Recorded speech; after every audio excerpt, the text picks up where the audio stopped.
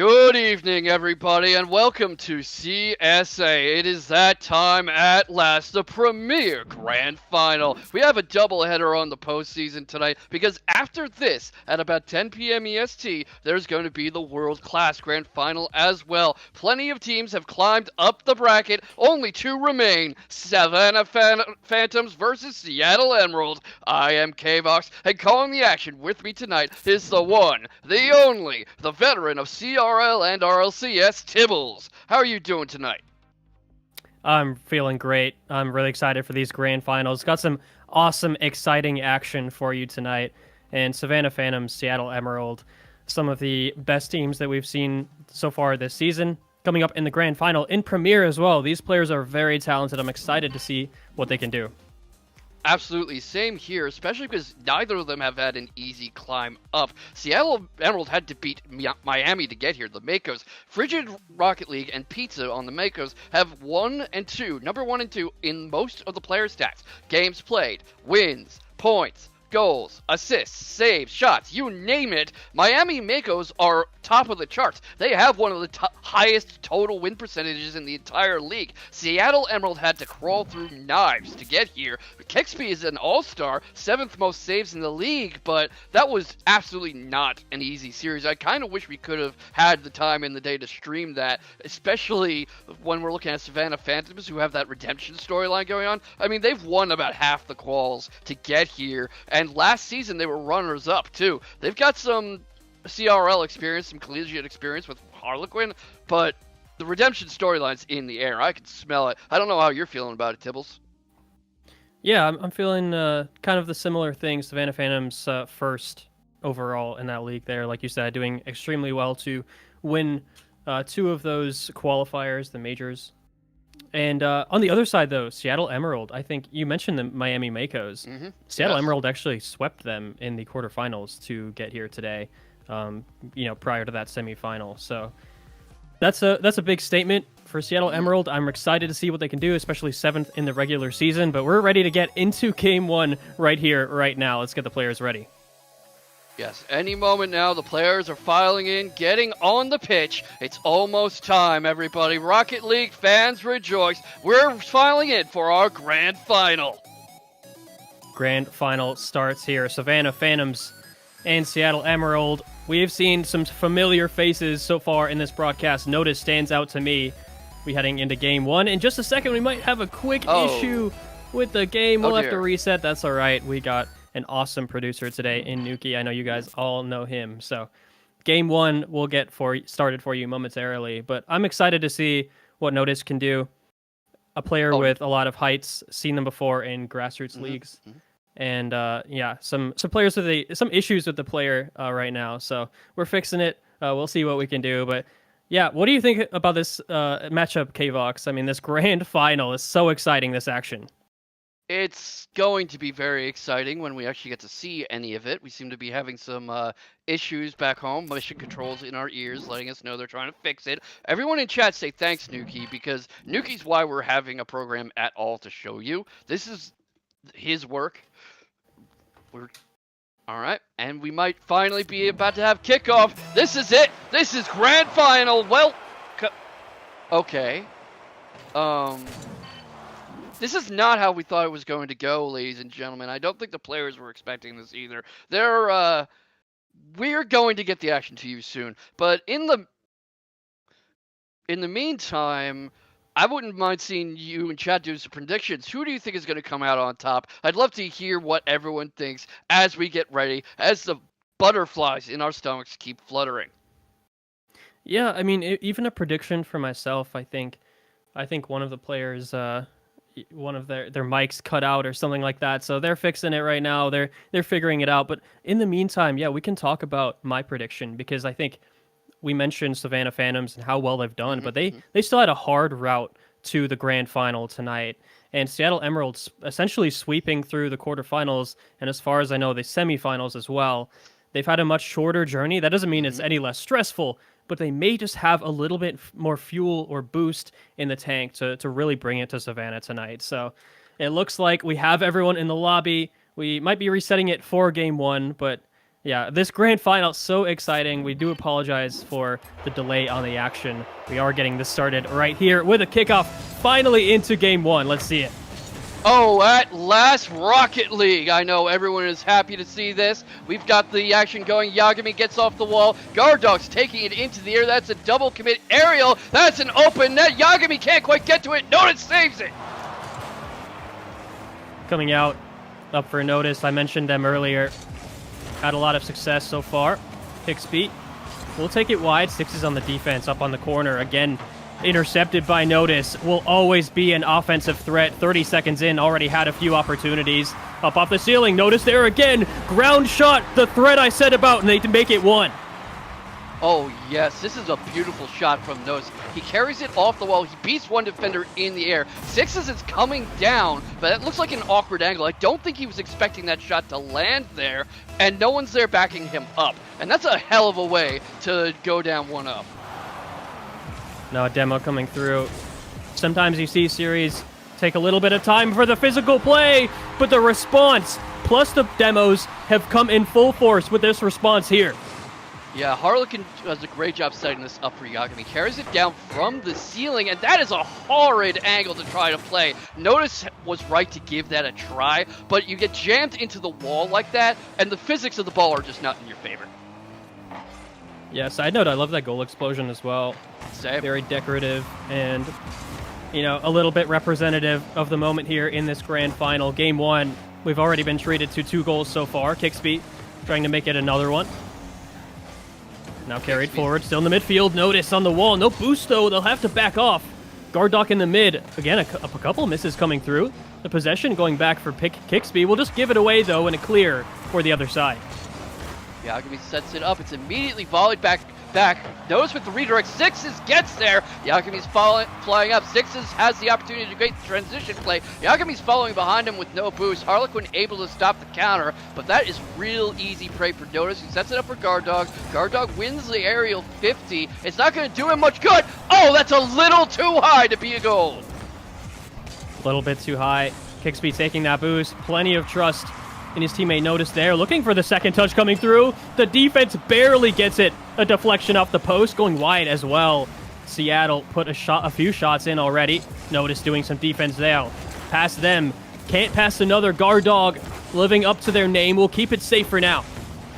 Yeah, I'm really liking the defensive rotations here that I'm seeing from Seattle. Harlequin is putting on a lot of pressure, removing a couple of defenders. Kixby's carrying the ball along, and you're not really seeing many moments of just open nets and everyone committed to the attacking third. You're seeing really disciplined play. Kixby cuts back on his own rotation a little. Notice lobs the ball along. That was probably meant for Kixby. Sixes carries it away, though. Gardog's carrying it high. That's meant for Kixby. Goes off the wall. That's not really anything meant for Yagami or Notice.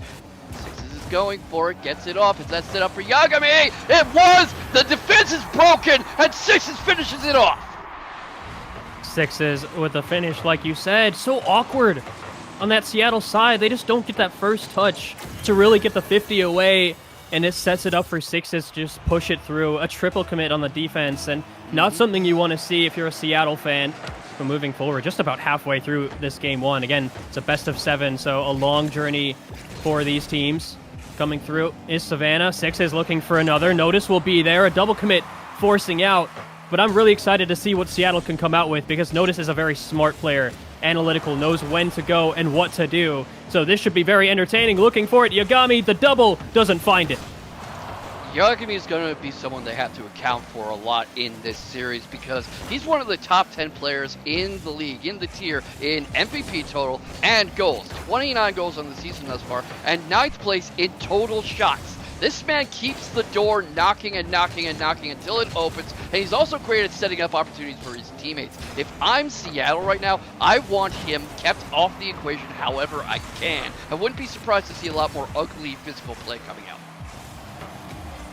Yeah, a little bit of breath coming out of Seattle's lungs there. Just kind of floats towards their net. And for Savannah, just covering that midfield so well. That's what allowed them to get that ball forward. Back for Harlequin. Coming through, gets a 50. Sixes fast up to that one, up to the ceiling.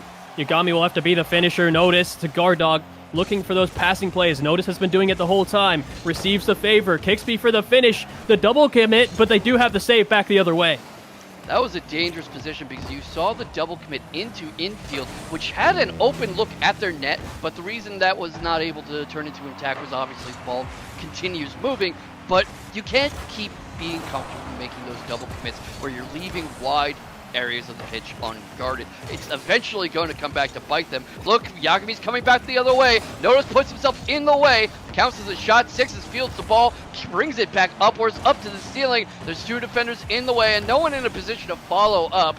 I'm seeing a lot of almost solo lobs on net from Savannah. It's not the only thing they're doing. They are doing team plays, but it feels like Seattle have been doing more of the team stuff so far.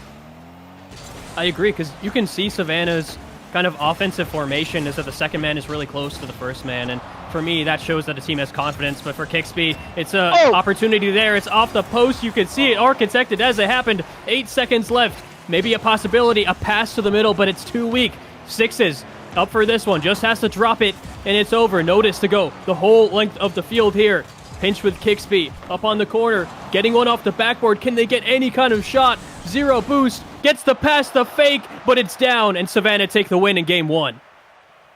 The end of that first game was an object lesson in boost management, if you ask me. I know everyone says boost management, boost management, boost management. It's one of the first things your first Rocket League coach told you when you were a little tot doing your little kiddie cars or whatever the analogy to youth soccer is.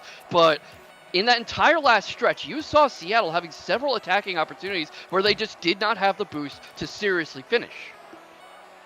Yeah, and I want to point out that the Savior medal that Notice had received there in game 1 still didn't win the game, unfortunately. Defense doesn't always win you games, but when you have a player like that who can really cover that defensive side and still be a threat moving forward, I mean, like I said, Notice was everywhere with the passing plays, infield passes, trying to get that ball to their teammates and not just lob it away like some other players may do.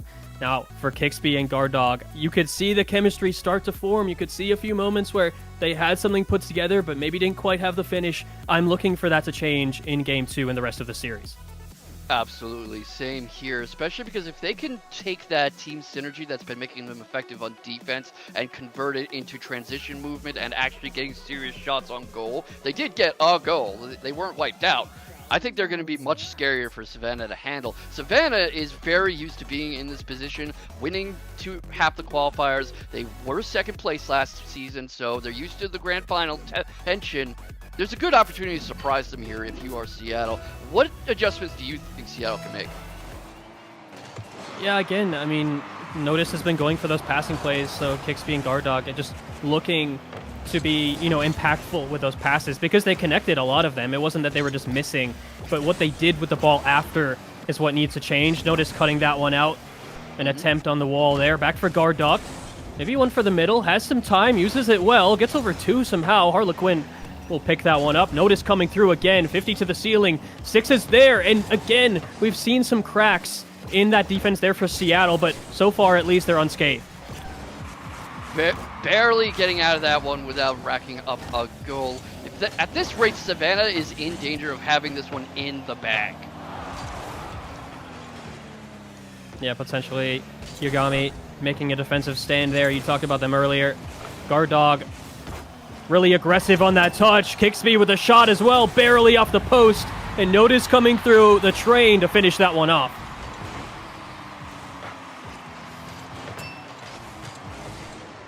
Notice finally getting to that spot where you're able to shoot on goal, coming in as the third man.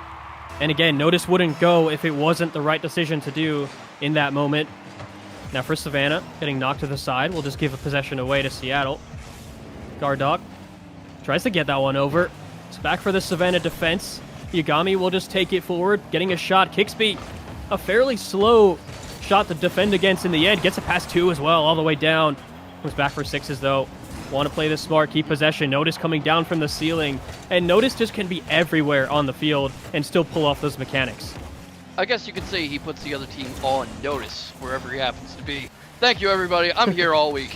Kixby's carrying it upfield, loses the 50-50 to Harlequin, who's setting something up for Yagami. Sixes takes third man, misses the ball as it goes by him. This could be dangerous. This could be an opportunity for an attack. Harlequin sends it up. Notice takes the ball, flings it into the opposing corner. Yagami's got it. Kixby sets it up. That's meant for Notice. Notice doesn't have enough boost to do anything with it. Goes for the touch again. Sixes gets it by him. Guard Dog also low on boost. Notice having to double back. Gets demoed by Harlequin. Guard Dog is mounting a final stand on the goal line. Here comes Kixby to help him out. Kixby has one of the most saves in the entire league. Guard Dog contributing, gets demoed for his trouble. Notice has two defenders again, but can't get past them. Guard Dog has an opportunity. And I'm a little surprised that musty from Notice essentially went straight to the defender and try to go under or over, or maybe just miscalculated. But back for Kixby. We'll take this one. Savannah have really been all over. And something you said before about Guard Dog making a last stand, I think that's a pattern here for Seattle that's just happening a little bit too often.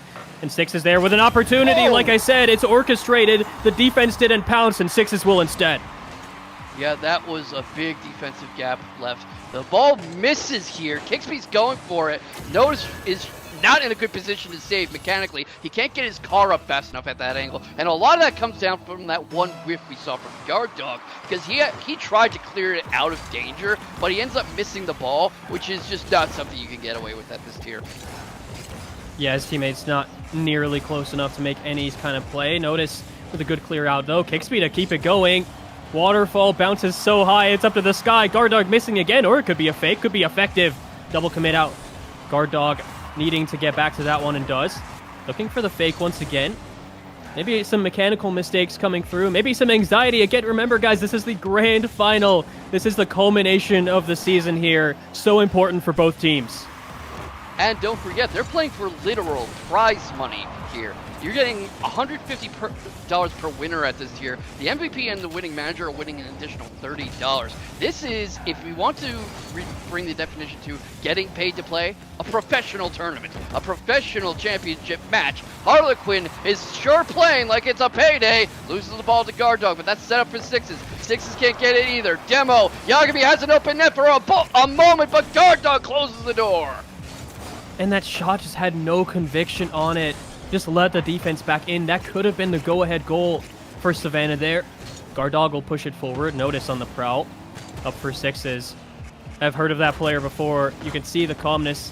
But off the corner, simple play. A fake coming through. Guard Dog, with these just mental games, you don't know if they're going to fake or not. And so far, it's actually allowed them some opportunities for Seattle. That might just come through. The defender is back. Up for Sixes. Drop that down left, but no teammate there. Yeah, the teams are really backing off and creating a lot of space when they finish an attacking play. And that sounds fundamental Rocket League, but they are often finding themselves with nobody really in a good position to follow up on a touch. You see Sixes here drop the ball down for Yagami. This is kind of coordinated play they want to be doing more often. Harlequin sends it back up, but Yagami doesn't have an angle to even try to get that. He does a bit of a token jump, but I think he realizes there's no realistic angle to reach there. Harlequin tries to get the ball. He wrestles it off Kixby, hands it off to Yagami after a brief teammate bump. Guard Dog's going for it. Guard Dog saves it. Can't chase it down. Harlequin's got it back. They're going to keep knocking at the door like this. You see a bit of a high press forming, Tibbles. Yeah, these challenges have just been so close quarters as well. Guard Dog trying to put one through. So close to overtime. Could be it. No one in the middle there for Seattle. Kixby up for this one. Still carries it in the air. Still has time. Has the reset. Tries to carry it through. The defender drops it down. Notice can't keep it up. In overtime for game 2.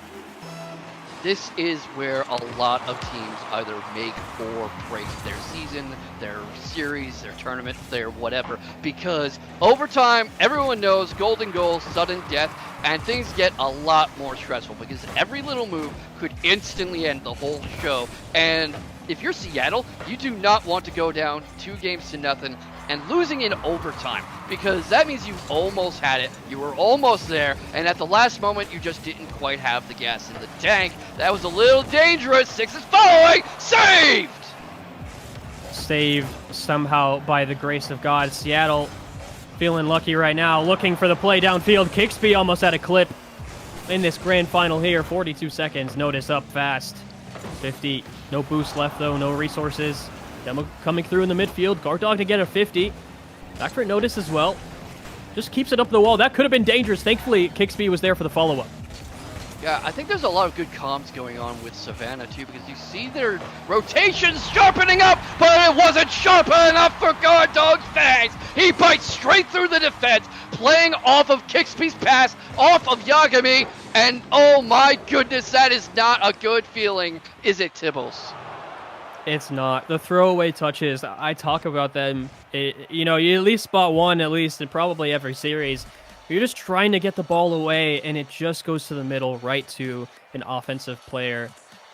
It's such an unfortunate way to lose in overtime, especially here in Game 2, when you're trying to keep that momentum, you're trying to extend that one-game lead that you had so far in the series. But for Seattle, really good news for them because they tied it up here. Yeah, and that's probably going to bolster them a lot because an overtime win when you were already down in the series, it's a bit of a breath of fresh air, and it really fills your tank up. It tells you, okay, we're still in this. This is still a game. This is still a series. We're not being outclassed by these guys, and I think they have a real opportunity here, especially with Guard Dog. I think he was really onto something in that last stretch. What were you saying? I was pretty much thinking the exact same thing, actually. I think Seattle was, maybe not playing to their full potential, but their actual game plan itself was being executed. Because notice, you saw them on the scoreboard. He's on the bottom. But he took a back foot. He was shoring up the defense. He was making sure that line was covered. They made some crazy saves there. Could be one here. Sixes can't get back, and they'll continue the trend here in Game 3. Kickoffs are so deceptive like this. So much hinges on a good kickoff, and that is a classic cheat up. He bumps Kixby into the ball to power it into a shot and get it towards net. That is, I'm not entirely sure if that was intentional, but I think if it wasn't, they should add that to the playbook. I agree completely, and they scored so early, I couldn't even get through my point either. I mean, you asked me about Guard Dog, and after Game 1, I talked about wanting to see more from Guard Dog and Kixby. Kixby with 2 assists last game. Guard Dog with 2 Savior medals, 6 saves made in Game 2, and scores the winning goal as well. Harlequin to respond. There's been so many goals, so many fireworks here, and Savannah ties it up. This is just turning into a bit of a brawl. We're not even 30 seconds in, and it's already equalized. And that is a really nasty angle. I almost don't blame Seattle for not going for it. It's easy to end up assuming that's not going to go in. Easy it is, but can't be that lax if you want to keep your lead. Looking for that passing play. Six's shot was good, but not quite good enough. Will be cut out. Back in the midfield, Yagami taking up for that one. Looking for the mechanical play. No boost to get back to that one. Kixby forward, but not fast enough. Harlequin looking for the play. Drops it down. Guard Dog to save the day once again. Great pass to Notice, who gets it to Kixby and Guard Dog, but no one's really in a position to follow up. Notice is stalking the ball as Sixes fields it, manages to get it. Yagami's in an easy position to field it. Guard Dog misses the intercept. Sixes goes for it, up on the wall again. Guard Dog whiffs, so does Kixby. This could be scary. Yagami's got it in the air. He is a shooting demon, as we were talking about. Harlequin scoops it back up. That's meant for Sixes. Sixes carries it along, loses the ball again. Stores up on boost. And I wouldn't be surprised if we start to see Savannah, sharpening up the physical play, as that bump we just saw indicates, and stealing boost and stealing hope, like with that shot. Oh man, when I saw Guard Dog getting bumped there, I was worried because, like you said, we've seen a little bit, but we haven't really seen physical plays emerge as kind of a primary play for them to run. We did there. The rest of the defense was not ready for it. Yagami bouncing and shooting, getting it through. The third one for Yagami right here. What did I say? Yagami is one of the best shooters and scorers in this entire league. Look how he fakes out Guard Dog, and he also gets Kixby biting in the wrong direction. That was insane car control.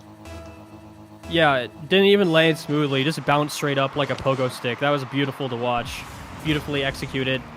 Now the onus is on Seattle to have some kind of response here. They tied up the series, but Savannah turning up the heat here, showing it's not that easy. Guard Dog with a shot attempt, doesn't even get a whiff on the ball, gets bumped away. Sixes trying to get that one out. Notice coming in with a physical play this time. Defense, possible double commit, but they do actually figure it out. Yagami again up fast, could have set up Sixes here off the backboard. Kixby gets the touch, but Seattle need to find a solution soon. Seattle are also draining their gas tanks pretty high, which is not a great idea in this era of high gas prices, but I digress. You're seeing a lot of zero boost plays or very low boost plays right now. They were fine, but oh my goodness, Guard Dog comes too far up. Yagami takes it up the wall. He passes it infield to Sixes, who just gets it straight by Guard Dog. That was just a whiff, I think. Yeah, and the bump on the pass as well. There was a bump on the player, but it looked like it didn't come through. It didn't really affect the player much, and they were able to execute as well. So a fourth now for Savannah. Harlequin to carry it forward. Off the backboard, Guard Dog will get that one away. Up for Sixes, looking for that passing play again. Not much boost to get there. Tries the free flip, but no can do. And just about half the game here for Seattle, trying to get back 3 goals now. I'm seeing from Savannah a lot of liking for the infield passes, the connected touches, the transition offense, quickly moving back onto offense, and I'm wondering if it would be a good idea for Seattle to start playing a bit uglier and trying to deliberately disrupt this change. You know, boost starvation, bumps, demos, just putting your car physically in the way and preventing these clean, easy passes. Because Yagami gets that served up to him beautifully. Kixby's able to get to it. Harlequin circling back. It's cleared away from goal before he can make a double touch off it. Yagami whiffs. He's with Sixes. They're both out of boost. Pushing it out of the corner. Guard Dog loses the ball. No one really able to get that as a pass because it was knocked down to earth too early. Sixes is full. Takes to the air. Goes off the ceiling. Hands for Harlequin. Not high enough. Too high, in fact. The opposite of not high enough. I got a little too excited and spoke a little too fast. And Savannah really dominating this boost possession right now, and might not matter. Notice trying to get a pass across. Doesn't quite find a recipient on that one, but for Seattle, they've just been struggling for boost, going left, right, across their goal, trying to save it away. Yagami again. Savannah just comes again and again, looking for that pass, looking for the dunk. Harlequin got a little ahead of themselves, though, and a fifth one won't be theirs just yet. Not just yet. Harlequin intercepts the pass. That's the exact kind of thing I was saying Seattle should start doing. And what I'm seeing from Seattle is they're actually quite good defensively at getting back into position, rotating back, getting in a position to foul off shots and keep anything from going in nice and easy, which I know is weird coming from a team that's down 4-1 right now, but they are doing a good job of preventing most of these from turning into serious attacks. The thing is, they're having a lot of trouble transitioning into effective offense. Yeah, that's exactly the trouble. Just needs to get some kind of play on that defensive goal. Try and get any kind of attempt forward. 35 seconds left now. A 3-goal deficit. Notice again, backwards having to make that save. The defense just not there in formation, ready to. Now for Notice, getting that pinch forward. And not quite as much distance as maybe they had hoped. That pass cut out as well by Harlequin. As that time ticks down, Savannah have just really shown how dominant they are in this game. Yeah, there is a reason they were, if they weren't the top seed in formality, they should be, because they have had an absolute monster season, and they are very familiar with playing for the gold. That ball is getting lobbed into the air. Game's not over until it touches grass, but no one's going to stop it. That is 2 up, 2-1 to Savannah so far, and if I'm Seattle, I'm going to have to start thinking pretty hard about what to do here. Yeah, Savannah just really executing to perfection there. And, you know, I talked about the boost starving on Seattle, and that was kind of a byproduct of Savannah's possession on the ball, because they were just constantly peppering that Seattle net and were able to just get corner after corner, rotate back to the mid, do a little half rotation, and send it back into the mixer. That just allowed them to dominate the boost and the possession and the control of the ball. So for Seattle, they weren't able to execute their game plan like they had in that previous game. They were forced to cross their goal to make save after save after save. That will reduce your boost reservoirs, and you're left wondering, you know, what else can I give to save this ball? And that's when Savannah were able to strike. So, yeah, a lot to change here for Seattle coming into Game 4. Exactly. That's the danger with playing highly defensive and with being a defensively specialized team in this sport. You can do it. It's not impossible, but you're giving up so much momentum. You're giving your opponents so much agency, so many ways to dictate the engagement, to pick when shots happen, to starve you of boost, to starve you of space, and there's too small a field and too few players on the field to do a full lockdown like you see in soccer or association football for anyone who saw what Arsenal tried to do yesterday, for example. That often doesn't work in Rocket League. You're giving your opponent too many chances, like you were saying. Yeah, my friend is an Arsenal supporter, so he was absolutely crushed. My condolences. Yesterday when that happened. But you know what? At least he won the league, the Premier League, so you can be happy about that at least. But I know he wanted the double. But here in Game 4, again, like I said just now, onus on Seattle now to make a change, regain that form that they had in Game 2. Back for Harlequin now. Yagami, a shot will be off. Coming up for Guard Dog. That's a nice bounce actually to carry it out, and they get a good 50. Great 50. Notice doesn't have boost. I almost said doesn't have gold. He might not have much of that either. Guard Dog with a wicked save. Oh my goodness. Yeah, great save to keep that one out. Already seeing the physical play. Oh, and an own goal as well. Oh. Notice will be laughing at that one. Seattle, great news for them. Yeah, Kicksby drops this off just fine. It bounces off Harlequin. Notice misses it. I think Sixes was trying to challenge Notice there because he kind of goes past his car and hits the ball as if he wasn't expecting the ball to be there. Yeah, it's some banter coming out from the chat. Savannah laughing that one off, and you know what? They just had a really good game, so I can understand why they're doing that. Coming out for Savannah, though, their response could be there. Guard Dog again to make a save, sends it up, though. Harlequin, no boost, drops it down to Yagami. It's just off, and Seattle have a chance to break. You know, I normally don't like super on-the-nose gamer tags, but look at this again. Another save. Guard Dog is really aptly named. I don't think I could come up with another name for him. Yeah, he's Guard Dog. That's what he does. Yeah, just seeing the monster stats that Guard Dog puts up on the scoreboard. You know what? You can have that gamer tag. It's absolutely yours. You can claim it. Patent it. Yagami trying to get a flick through. Savannah, that constant threat here on the Seattle net. They can't leave them alone at any time. Notice to try to get that one out. Immediately met by a midfield player from the Savannah Phantoms. Coming through for Yagami. The dunk out. And Seattle again to break. Yeah, Seattle breaks up. Guard Dog tries to bring it. Oh my goodness, he doesn't try at all. That is one hell of a shot. And it looked like a hit off their own player here. Yeah, yes. Sixes just didn't quite have the save. And it kind of surprised me a little, maybe put in an awkward spot by Guard Dog there to get that second goal for Harlequin, looking for that response. Again, met in the midfield. This is the change I've seen in Seattle. They're beating Savannah in the midfield as well, or at least challenging them where they're trying to get to. That's exactly what you want to do. And 2 goals to boot as well, looking to tie up the series here. We're seeing almost an inverse where Seattle was spending so much time last game pinned into their own third. Yagami might have an uncontested shot. He does! Double taps it in! And this is what Seattle has to be wary of. Notice challenges Harlequin for the ball, drops it. No one's really rotated back fast enough. Yagami dribbles that in uncontested, and you can see by the position of the cars that nobody was near back post. Nobody was watching for that possibility. Yeah, and I was even thinking, notice maybe he could have faked it down, but again, you said Yagami was already there. They would have had a shot on goal either way, so just the stacking of the offensive positioning here for Savannah has been really, really good. They're able to get 1 goal back here. Guard Dog trying to get a backflip. Bamboozle the defenders here a little bit. Notice the aerial coming through. Sixes will just have it in the corner, though. Savannah just trying to get it out at this point.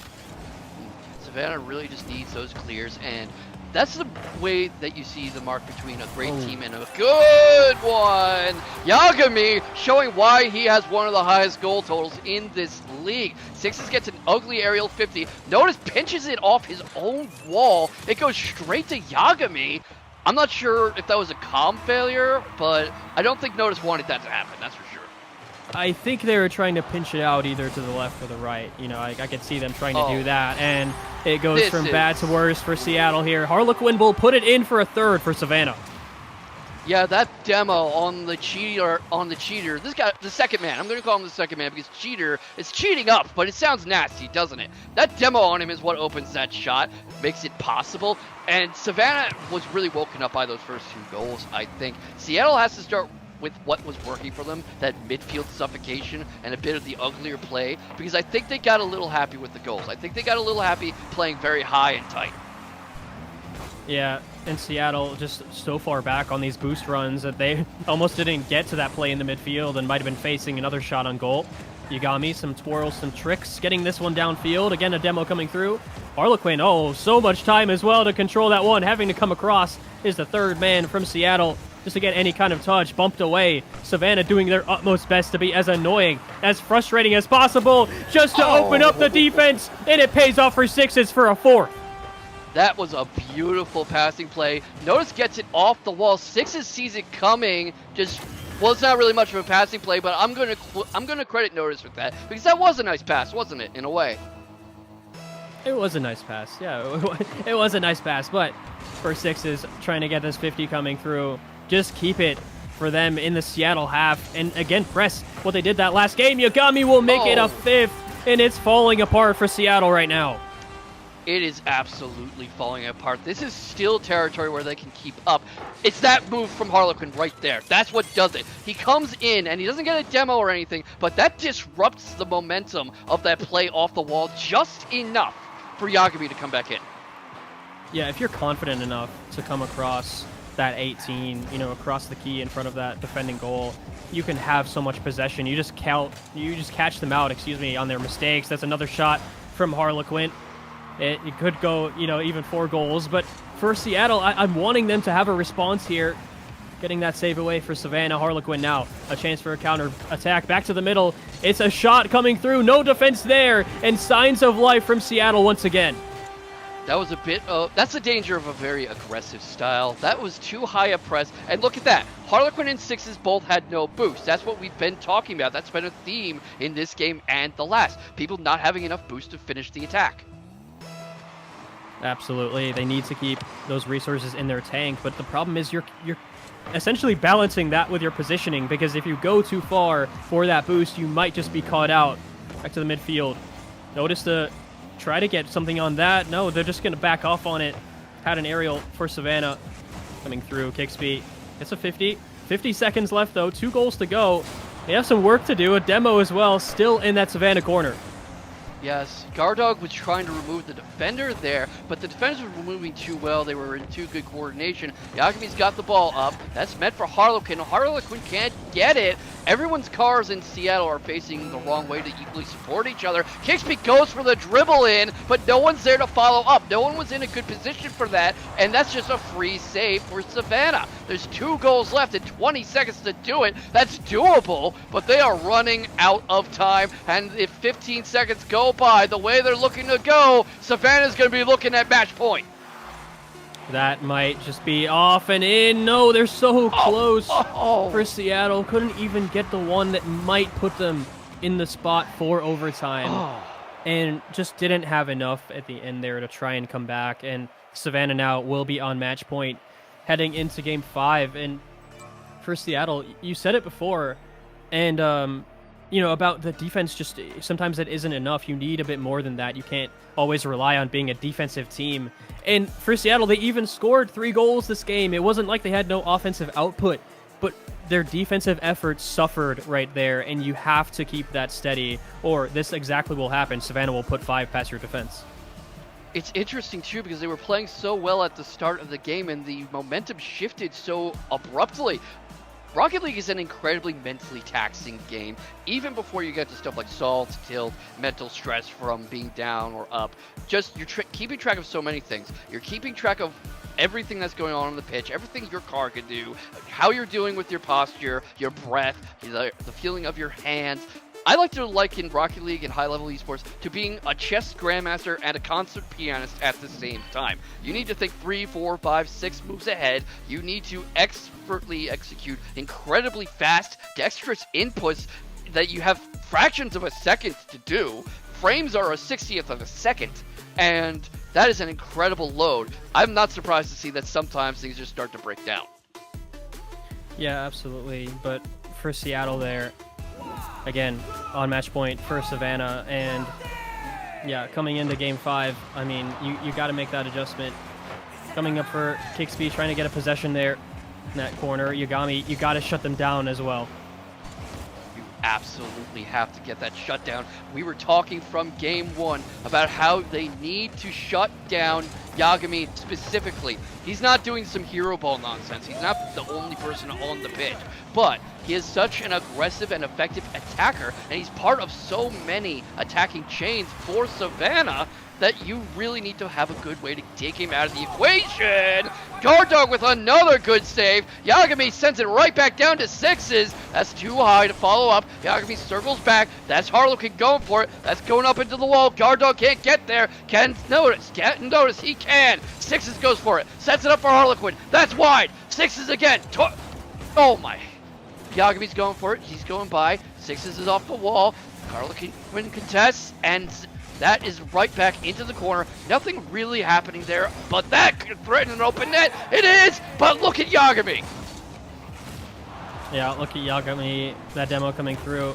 And, I just want to say, for that mentality from last game, to go out 2-up for Seattle, and then, to have 5 unanswered goals for Savannah. Oh, coming through, sixes. Oh, they'll just continue that. They'll just continue it. A goal for sixes. What a goal. Impactful here in Game 5. That could make all the difference. Yeah, Guard Dog was the only person anywhere close to that and didn't have enough boost to really get that jump. He also seems to have mistimed it a bit. He was going in the right direction, but it seemed like he took off a little too early. Yeah, Yagami clear there. But what I was saying earlier about Seattle is that, it's such a crushing pressure to, be down in the series and then feel like you're coming back. You're getting that Game 4 last game, and then to be scored on that many times, it can be understandable why sometimes it feels deflating coming through again. And what does it take for them to score? They got 3 last game, but that one was so close and they weren't successful. What they're really looking for is a way to force these rotations to break down from Savannah. I almost called them Seattle. He's got the US problem. You know who doesn't have a problem? Harlequin. That was just waterfalled beautifully onto the net. Guard Dog goes for it. Sixes takes it off him, brings it along the wall, and Kixby just isn't quite in the right place. If he tilts back a little there and brings his bumper up a little more, he probably knocks that out, or at least has to wrestle for it. Yeah, and that's why you don't leave any height on those 50s. You make sure your car is in front of that ball and carrying that trajectory into the ball, because if you don't, that might be it. That's off the post again. So frustrating for Seattle. They're so close so many times. That went off the crossbar as well, but right to sixes for the counterattack.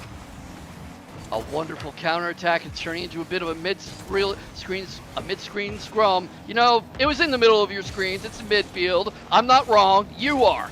But anyway, Guard Dog loses the ball. Yagami gets it onto the corner. Not much good happens in corners. Harlequin with a dangerous shot. Notice gets it. Not Guard Dog this time. He's also a Guard Dog, if you ask me. Yagami can't follow up on it. Sixes goes for it. Sends it high. That's for Yagami. Gets the second touch off the backboard. No one's there to follow up. Harlequin gets in there. Loses the ball. That's going wide. Infield pass. Kixby puts them on the board. And I was just hoping, when Notice got that 50 to the side, that someone would be there. Guard Dog was there. Opted to pass as well. Kixby was in the perfect spot to finish it off. And these passing plays coming through for Seattle here, that's got to be their strength against the Savannah team, which is just so fast to each challenge. Sixes coming through. Full boost. One off the backboard as well. Snipes the angle. Top right off the bounce. What a shot from Sixes to regain their lead. That wasn't even just a shot. That was sending a message. He sends it off the backboard here and immediately finds the angle to dunk it back in. That's like when you give up a three-pointer, so you get the breakaway and just dunk it, and you look right at the guy who shot the three-pointer. Absolutely insane. Fireworks show coming out from the Savannah Phantoms here, showing why they were first here in that regular season. Harlequin on that challenge. 2 minutes now before we may be crowning our grand final champion here. Up for Kixby, looking to make that difference. Has a lot of resources coming down, doesn't get that one. And Guard Dog is so far back, the other player was looking for a bump but didn't find it. There was no way to find that. They were just not quite in the right position. Yagami's shadowing the play. Harlequin going for it. He's looking for the drop from Yagami. Going downfield. Sixes goes for it. Loses the ball to Notice. And you see more of this infield play, ball movement going from Seattle. They're trying to play a bit the way that Savannah has been. Kixby gets a great goal here.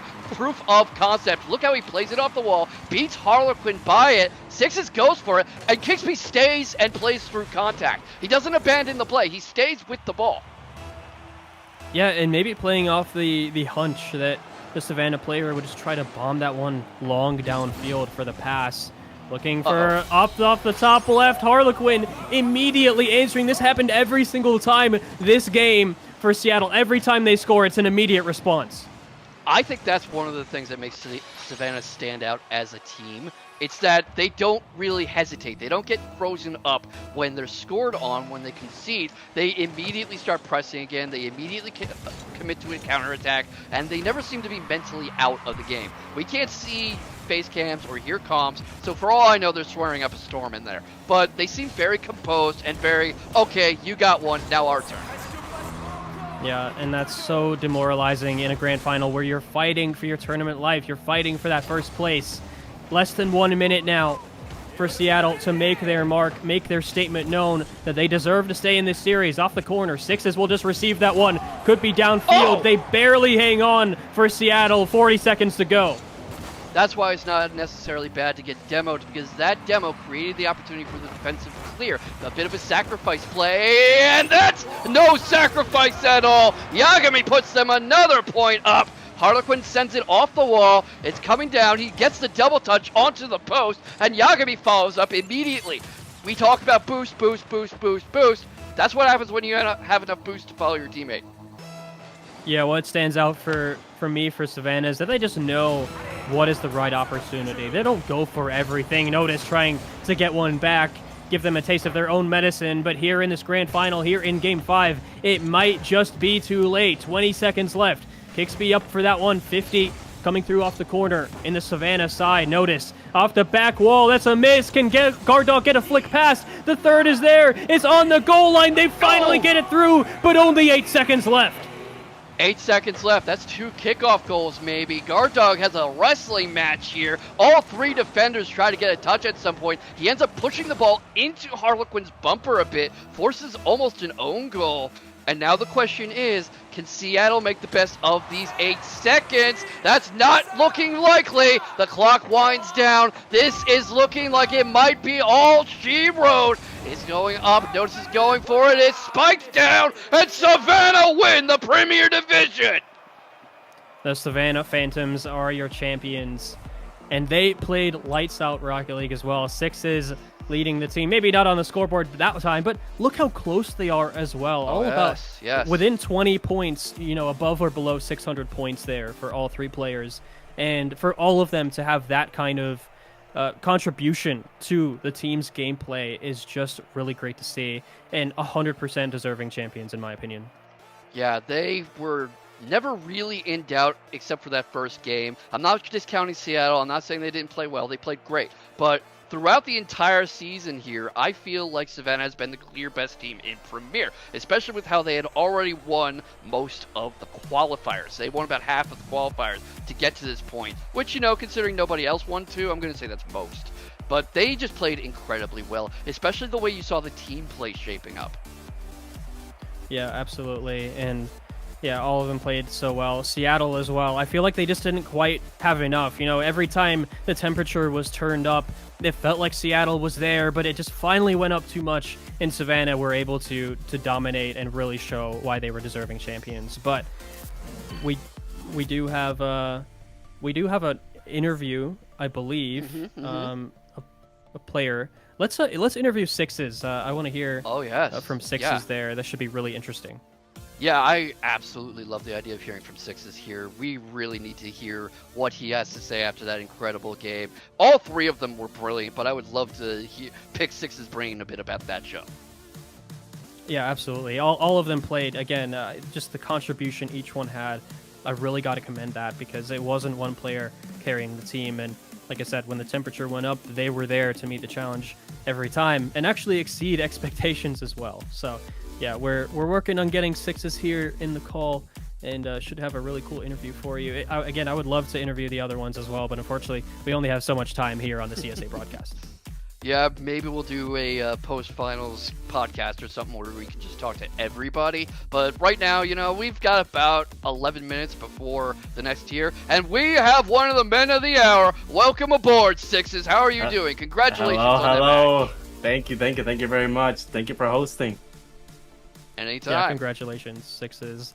And I just want to ask you, you were able to, like I said just on the broadcast just now, that you were able to really match the temperature every time it turned up and every time Seattle really took a great stand on you and were able to execute their gameplay. So what changed there in the latter half of that series where you were just able to lock in and really dominate possession? I think the thing that really helps us as a team is just we just start having fun. Like after that game 3, once we're just like flowing, we're having fun, we're laughing, and just basically doing like letting everybody do what they want. That's when we play the best, I think. And of course, my teammates are just literally ridiculous at the game, so that also helps a lot. Yeah, there seem to be incredible team synergy here. Do you two train together a lot? You two, there's 3 of you. I'm so sorry. Do you 3 train together a lot? Do you scrim together, actively practice outside of CSA hours, or is this just something that came from doing so many matches together?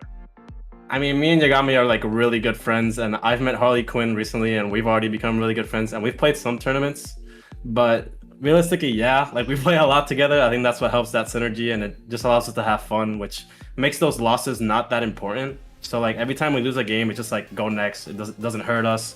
Our mental doesn't go down. It's because we're literally just having fun every single game, no matter what.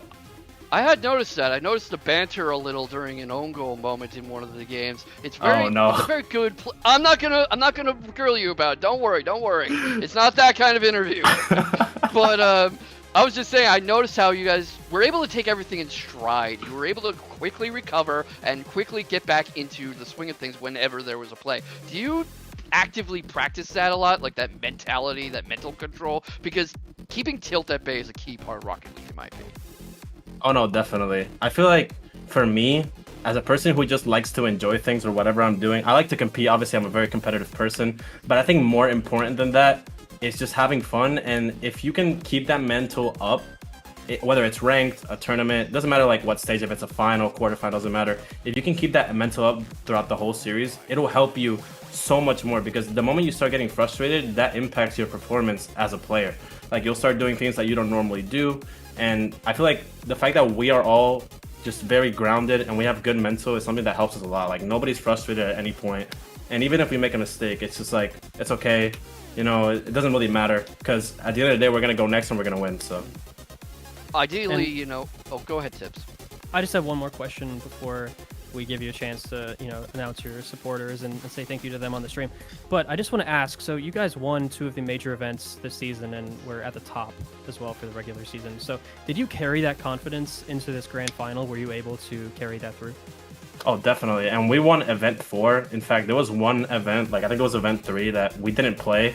So we could have had like way more points, but definitely that win in qual 4 is something that helped us, because like we're coming off a win. It's a strong win as well. Like all the series we played in qual 4, like there was some series that were pretty hard, like the Atlanta Aces series. They're a really good team, but carrying that momentum into this event just helped us a lot. Like we were feeling as confident as ever, and we just saw it as another qualifier. Really, we didn't feel the pressure of it being postseason. Awesome. Well, we appreciate you coming on the stream and answering some questions for the fans out there on CSA. And so thank you, Sixes. Anything else you want to say before we say goodbye? I want to say thank you to my teammates, literally the GOATs, some of the best people I've ever met through this game. My friends outside the game, Killer, Ateps, everybody. Everybody in Puerto Rico, all the Rocket League, Puerto Rican Rocket League players, representing. So yeah, I want to say thank you to everybody, and to you guys as well for hosting this. It's very awesome. Absolutely. Well, thank you for your fantastic gameplay. Now, moving on, we do have another series for you tonight. It's world class. It's the top of the top, the cream of the crop here in CSA. The best one that you have to see. So we'll take a quick break, and we'll have more news about that in a few minutes for you. Stay tuned for Baltimore Boxers versus Denver Shred. I'm K-Vox. This has been Tibbles, and don't go anywhere.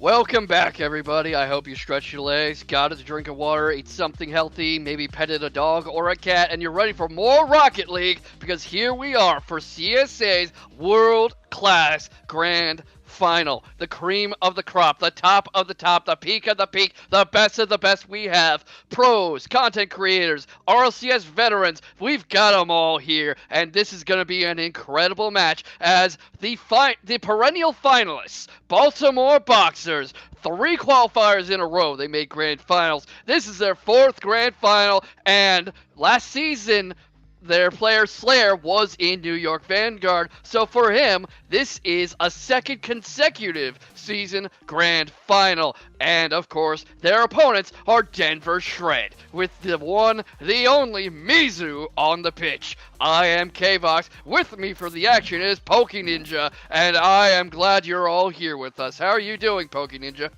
I am doing great. I think that was a fantastic way to introduce both these teams here, and I'm very excited to cast the highest tier of Rocket League that CSA has to offer. I can't wait to see what happens here, especially Baltimore Boxers are the overall best franchise in the league for a reason. And if you go through the stats on the season thus far for World Class, most of the top ranks seem to be Slayer and Taco Stash. Indicator has been playing an excellent 3rd man on the year thus far, but it's crazy. The league leaders in MVP count, and that's 14 for Taco Stash. Goals, assists, saves, shots. Slayer, we're going to talk more about him later, has the highest demos given and received. So, arguably the most physical player in the entire darn league. And Denver Shred have had an incredible season too. What are you looking at when you look at these players and these teams? How are you feeling about it all? I mean, I'm very excited. When I look at some of these players and some of the stats, I look at Baltimore, as you said, they top the charts in... like, the goals, they're high in saves. Like, they all top the charts in a lot of the main stats here. But Denver Shred, you can't count them out. They're a team that's willing to fight through pressure. They have ice in their veins. They took the first series tonight in 7 and then eventually won the semifinal to make it here. They won qualifier 2 as well. So certainly I'm expecting a close match here. Yeah, same here, and I'm almost a little sad about what the grand final turned out to be. Nobody crucify me. I'm getting to my point. Wait. Because Atlanta Aces versus Baltimore Boxers was the grand final of the previous qualifier. Atlanta Aces won in Game 7. That was the semifinal tonight. The semifinal was the revenge match, and Baltimore Boxers won 4-1. I wish we could have seen that, but maybe it's worth missing it for Denver Shred. Yeah, I certainly think it is. This was a matchup I was kind of hoping to get. I mean, I love Baltimore. I love shout out to the GM, Kitty. You know, the GOAT. I know he's rooting on it for his team to win, as well as Denver Shred. Zoms, I know, rooting for his team to win. I think the GMs, they get a bonus if they win. Yes. World Class. So yes, they do. Certainly both those GMs certainly rooting on for their team here tonight, and I know both teams have a great atmosphere around them, and it's going to be a very entertaining match. So, if you had to pick from both teams, who do you have your eye on as we take the pitch? So, for predictions, I mean, I'm going to have to go with Baltimore for topping the stats and everything. I love Denver a lot. I really love that team. I like Mizu. But I have to go with Baltimore. I have Baltimore in 6. That's a bold claim. I lean Baltimore. I lean slightly Baltimore, maybe a Game 7, because who I have in mind for Denver Shred, yes, Mizu is the solar eclipse, but look at, I'm going to call him M4RL.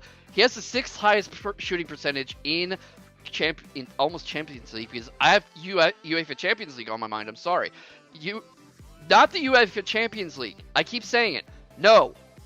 M4 has the 6th highest shooting percentage in CSA, not the Champions League. And it's the highest among the qualified teams thus far. So, not only do you have Mizu with his game sense, his skills, his aura, but you have a sniper in M4. And I absolutely want to see how the defense holds up with Boxers.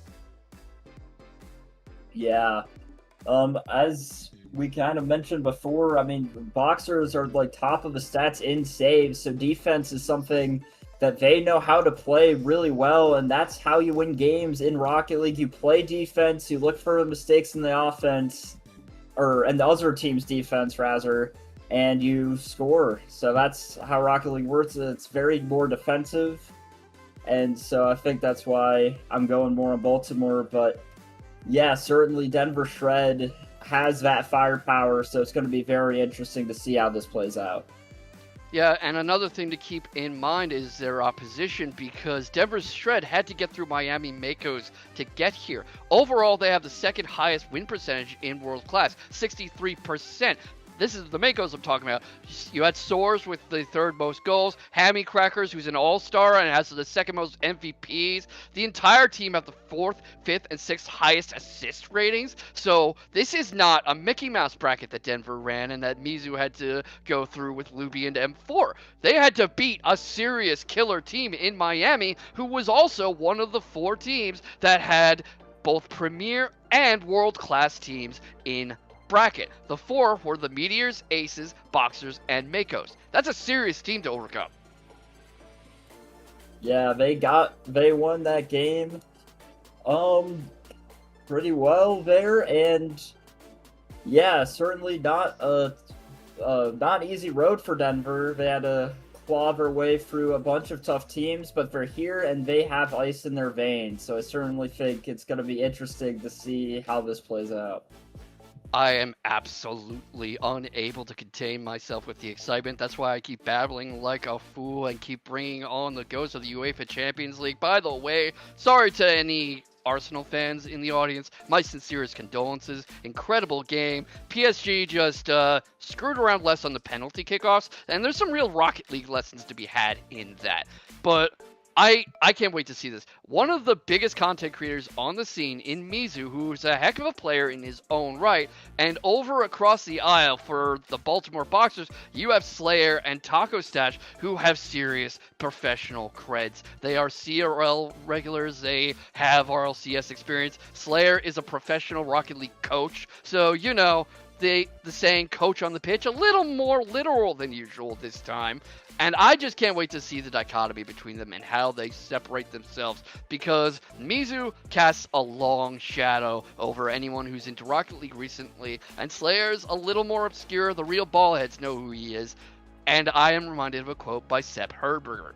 The ball is round, the game is 90 minutes, everything else is pure theory. He was talking about association football. Rocket League's a little more compressed than that, but the same idea holds.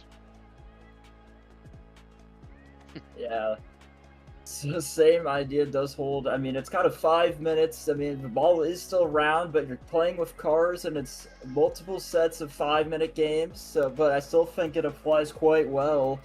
And, you know, as we are waiting on teams to get in here, yeah, I think Mizu certainly has an aura, especially in the Rocket League community as of recent, and I think it's amazing that content creators and pros are playing in this league. Absolutely, same here. This is a very young league, and I am thrilled to see how well it is taking off already. This is Season 3, everybody. I can't wait to see what Season 30 holds. Maybe at this rate, it's just an RLCS minor league. We've got Zen coming in here or something. He gets on a plane from France and is like, Bonjour, I'm going to get some ring rust off by kicking everybody's butts in Rocket League. Je suis désolé, je parle un peu français, mais pas très bien. Je suis rouillé. I don't know how to pronounce the French word for rusty. Terribly sorry. Don't report me to the French Academy. I know that they are unusually uptight about the French language. All right. Well, soon enough, team. Everybody is about to take the pitch, and something I have an eye on is the Baltimore Boxers have 3 in a row grand finals appearances. This is about to be their 4th. That is going to be the operative question tonight, in my opinion. Are they going to be comfortable because they're this used to being in? Or are they going to choke? Are they going to let the pressure get to them? Are they going to remember the other times they haven't been here, that they have not been able to seal the deal and get it done. Will the bridesmaids be the brides at last, or is the wedding car going to be a wedding hearse? At any moment, we have Rocket League. Well, Okay. not quite yet. We're having some issues on the backside there with the players, but Yeah. we kind of got baited by them a little yeah. bit there. But They faked me out. They faked me out. Yeah, They did. that- They now- crossed me up. They broke my ankles. I'm lucky I'm in Yeah. a chair. I can't walk.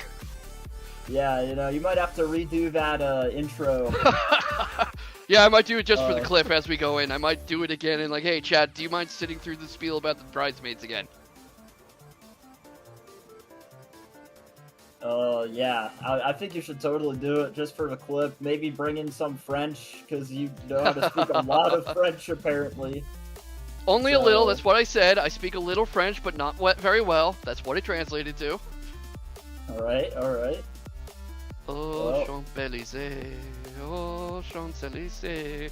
I do not know the rest of the words to this song. Please start the match before I get embarrassed. Yeah, things do happen.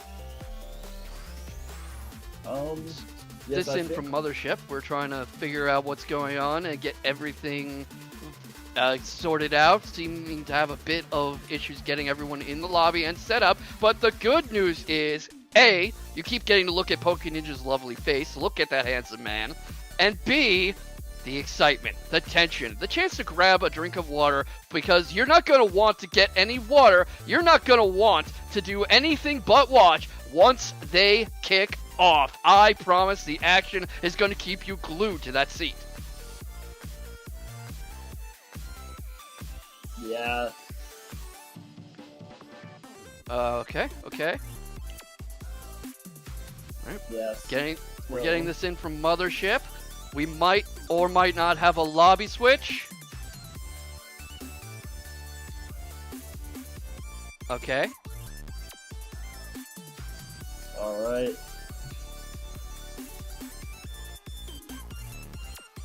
Anyways, we were still getting things figured out, but it's going to be one excited of the match here. But yeah, I mean, these players really getting ready to play in the grand finals. I mean, Hey. money is on the line here. I think it's about $100 per player, and also the 150, I GMs believe. get a bit of extra Mhm, cash mhm. prize. So money is on the line here. I was talking about last match that this is a professional series. This is a professional match. Technically professional means you're getting paid to play, and the winner is gonna get paid. Professional. It's right there in the dictionary. Oh dear. Yeah, and world class, top of the top team. It's gonna be exciting, especially for the future of this tier, especially as RLCS kind of winds down for the season. We're typically get some higher players, so going into next season, that's something to look forward to as we get this match underway here. It's going to happen, everybody. I promise. I would not leave you people in the bind. I would not leave folks blind and waiting for some lovely Rocket League content. We're in touch with Mission Control and the Mothership, and we will get that as soon as possible.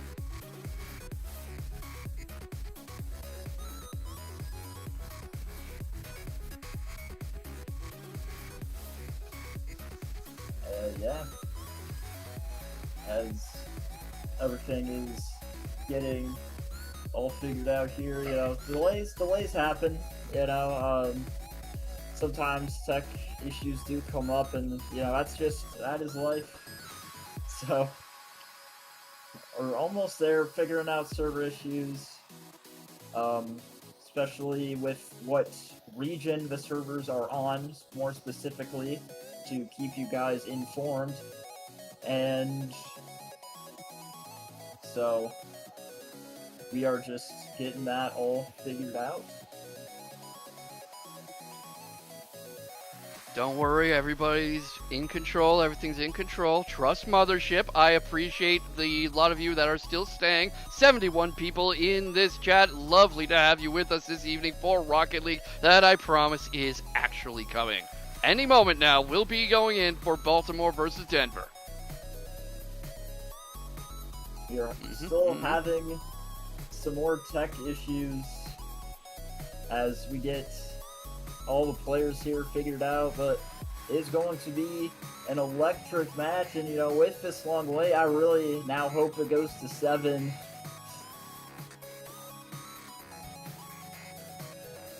That was my feeling. That would likely go to 7. But yeah, hoping it's a high energy match, back and forth, For making us wait all this time, so it better be exciting Rocket League. I better see a psycho from one of the players, I think, because they're making us wait so long, so...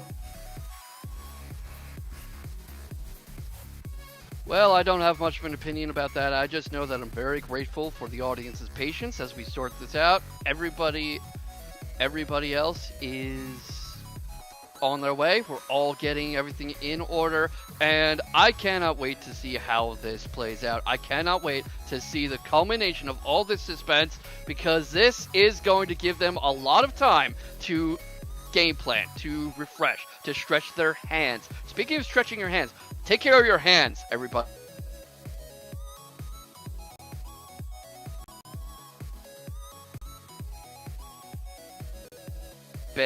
You don't want any cramps going on, holding controllers, opening doors, picking up books and stuff, typing. Your whole life depends on your hands, so take care of them.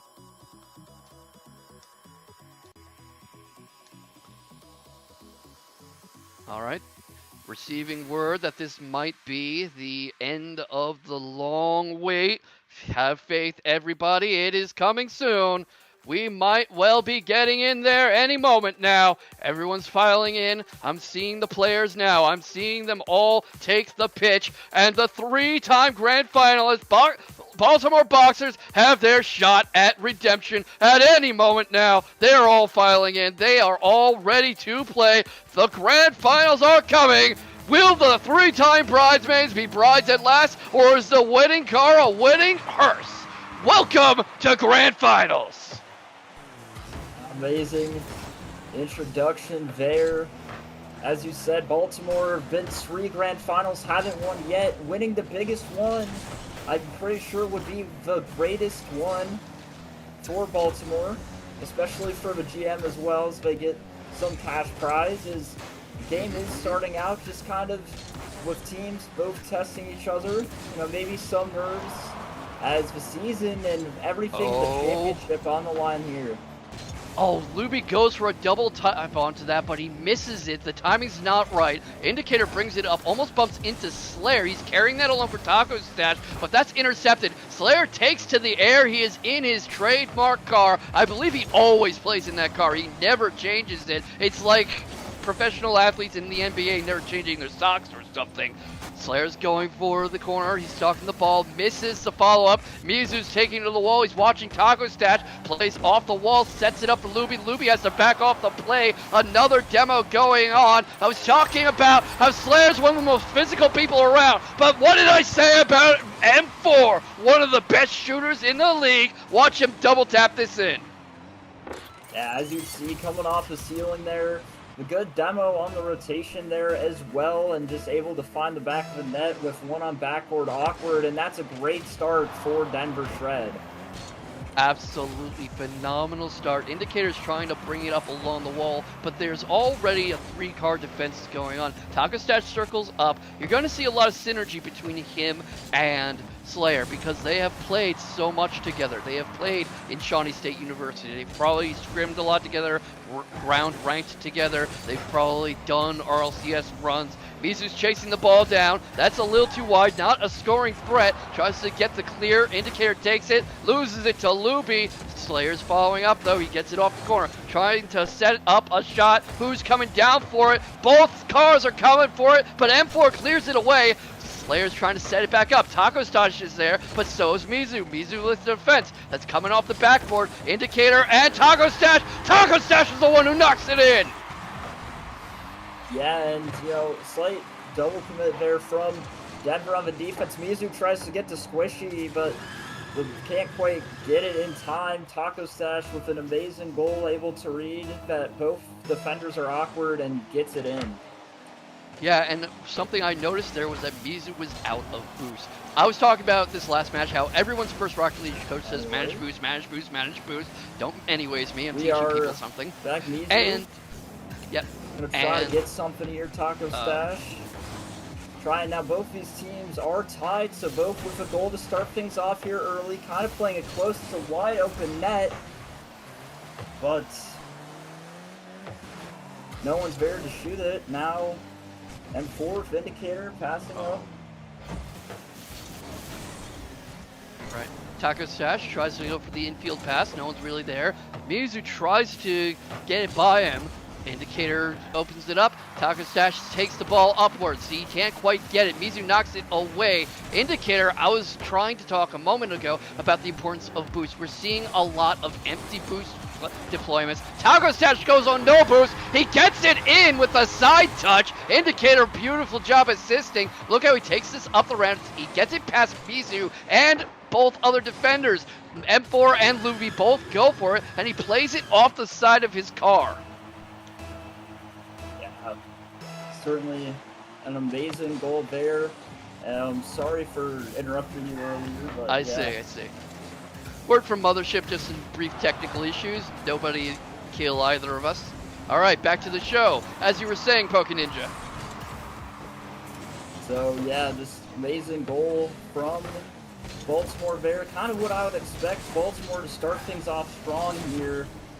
As I would expect, I know Baltimore is really hungry. They want it, especially after losing, 3 grand finals in a row. They want this one to be their chance, and they're starting things off high here. Oh! One, and Slayer puts one in. Slayer is so good at finding these open net situations. Look at him patiently waiting on the wall there and how slowly he goes by these two defenders. And the attempt to steal the ball from him mid-dribble actually pinches the ball off his car and sends it straight in. And nobody has rotated back to stop that exact thing from happening. That is the kind of thing that a professional coach spots. Oh my goodness, but Mizu getting on the board as well.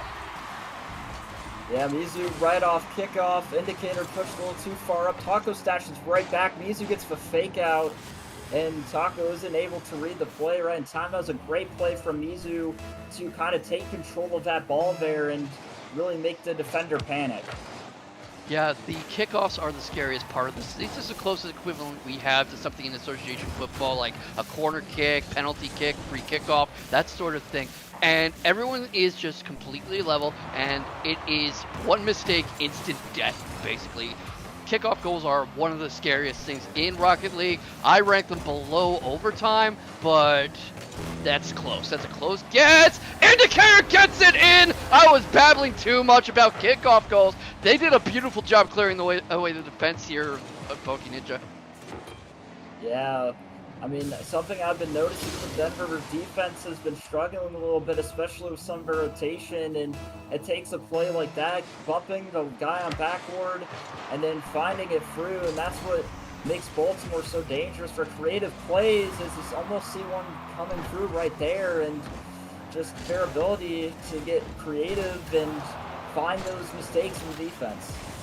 Yeah, Luby had to scramble for this one a little. Low power clearing the ball away. Gets it by Indicator. Slayer's waiting to finish it. Mizu gets the long clear. Taco beats it in midair. Carries the ball. Bumps into Luby. Mizu and M4 are after it. M4 gets bumped away. Slayer's got the ball. Back to Indicator. Indicator carries it up. Gets it by Mizu. Gets it forward, carries it forward, M4 takes it away. That's going off the wall again. Indicator's stalking it, so is Slayer. Slayer gets it off the backboard. Luby jumps for it. I'm not sure why he would. 13 seconds to go, and this might be Baltimore's first chance at redemption. Luby goes for the sudden goal, can't quite get there. 3 seconds left. This ends when it touches grass, and no one's gonna stop it. Game 1 goes to Baltimore. Yeah, Baltimore played that fantastic, and that's what I'd expect out of this team. Starting off being strong, they are hungry, and they want it.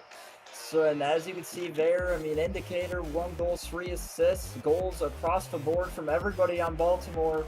Certainly, they're hungry, and they want it bad. Yeah, Indicator has been a great team player with the assists, just constant playmaking, constant enabling Taco Stash and Slayer, and that has been the linchpin so far, the real hub. And Mizu, we've been talking Mizu, understandably, but 4 saves on that is just... He's been a very great defensive player, as the stream replays are showing some of the goals that have happened, but... That was actually a far closer game than it looked. I think it was already looking like a very close game, but 4-2, you start to think, okay, you know, Baltimore was pretty solidly the better team. No, in my opinion, that easily could have gone Denver's way. And everyone in chat who's been so patient, I hope it was what you were waiting for. Yeah, certainly so far starting things off strong. For Denver, I'd say they need to work a little bit on cleaning up some of those defensive rotations. They need to get Luby involved in some of the plays more, and I think if they can do that, they can easily turn things around here in this second game. Yeah, easy to turn things around in Rocket League. That's what I was talking about, where anything can happen, anything can play out in this game. It is incredibly fast, incredibly easy to concede goals, incredibly easy to enter Game 2 of the series. This is the lightning round. Welcome to the... Oh my goodness, I didn't even get to finish my sentence. Taco Stash slamming it in.